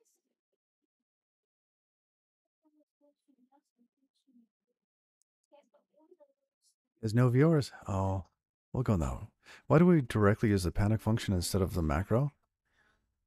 Um, why do was I using the panic? This is in generated code. This code was generated, and that panic was part of the test framework code. That's not part of the macros.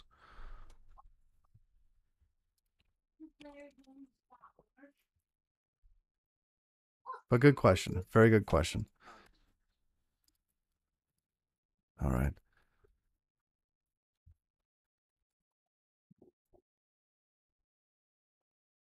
All right. We're going to raid a Rust streamer that has no viewers currently. So, guys, all share the love.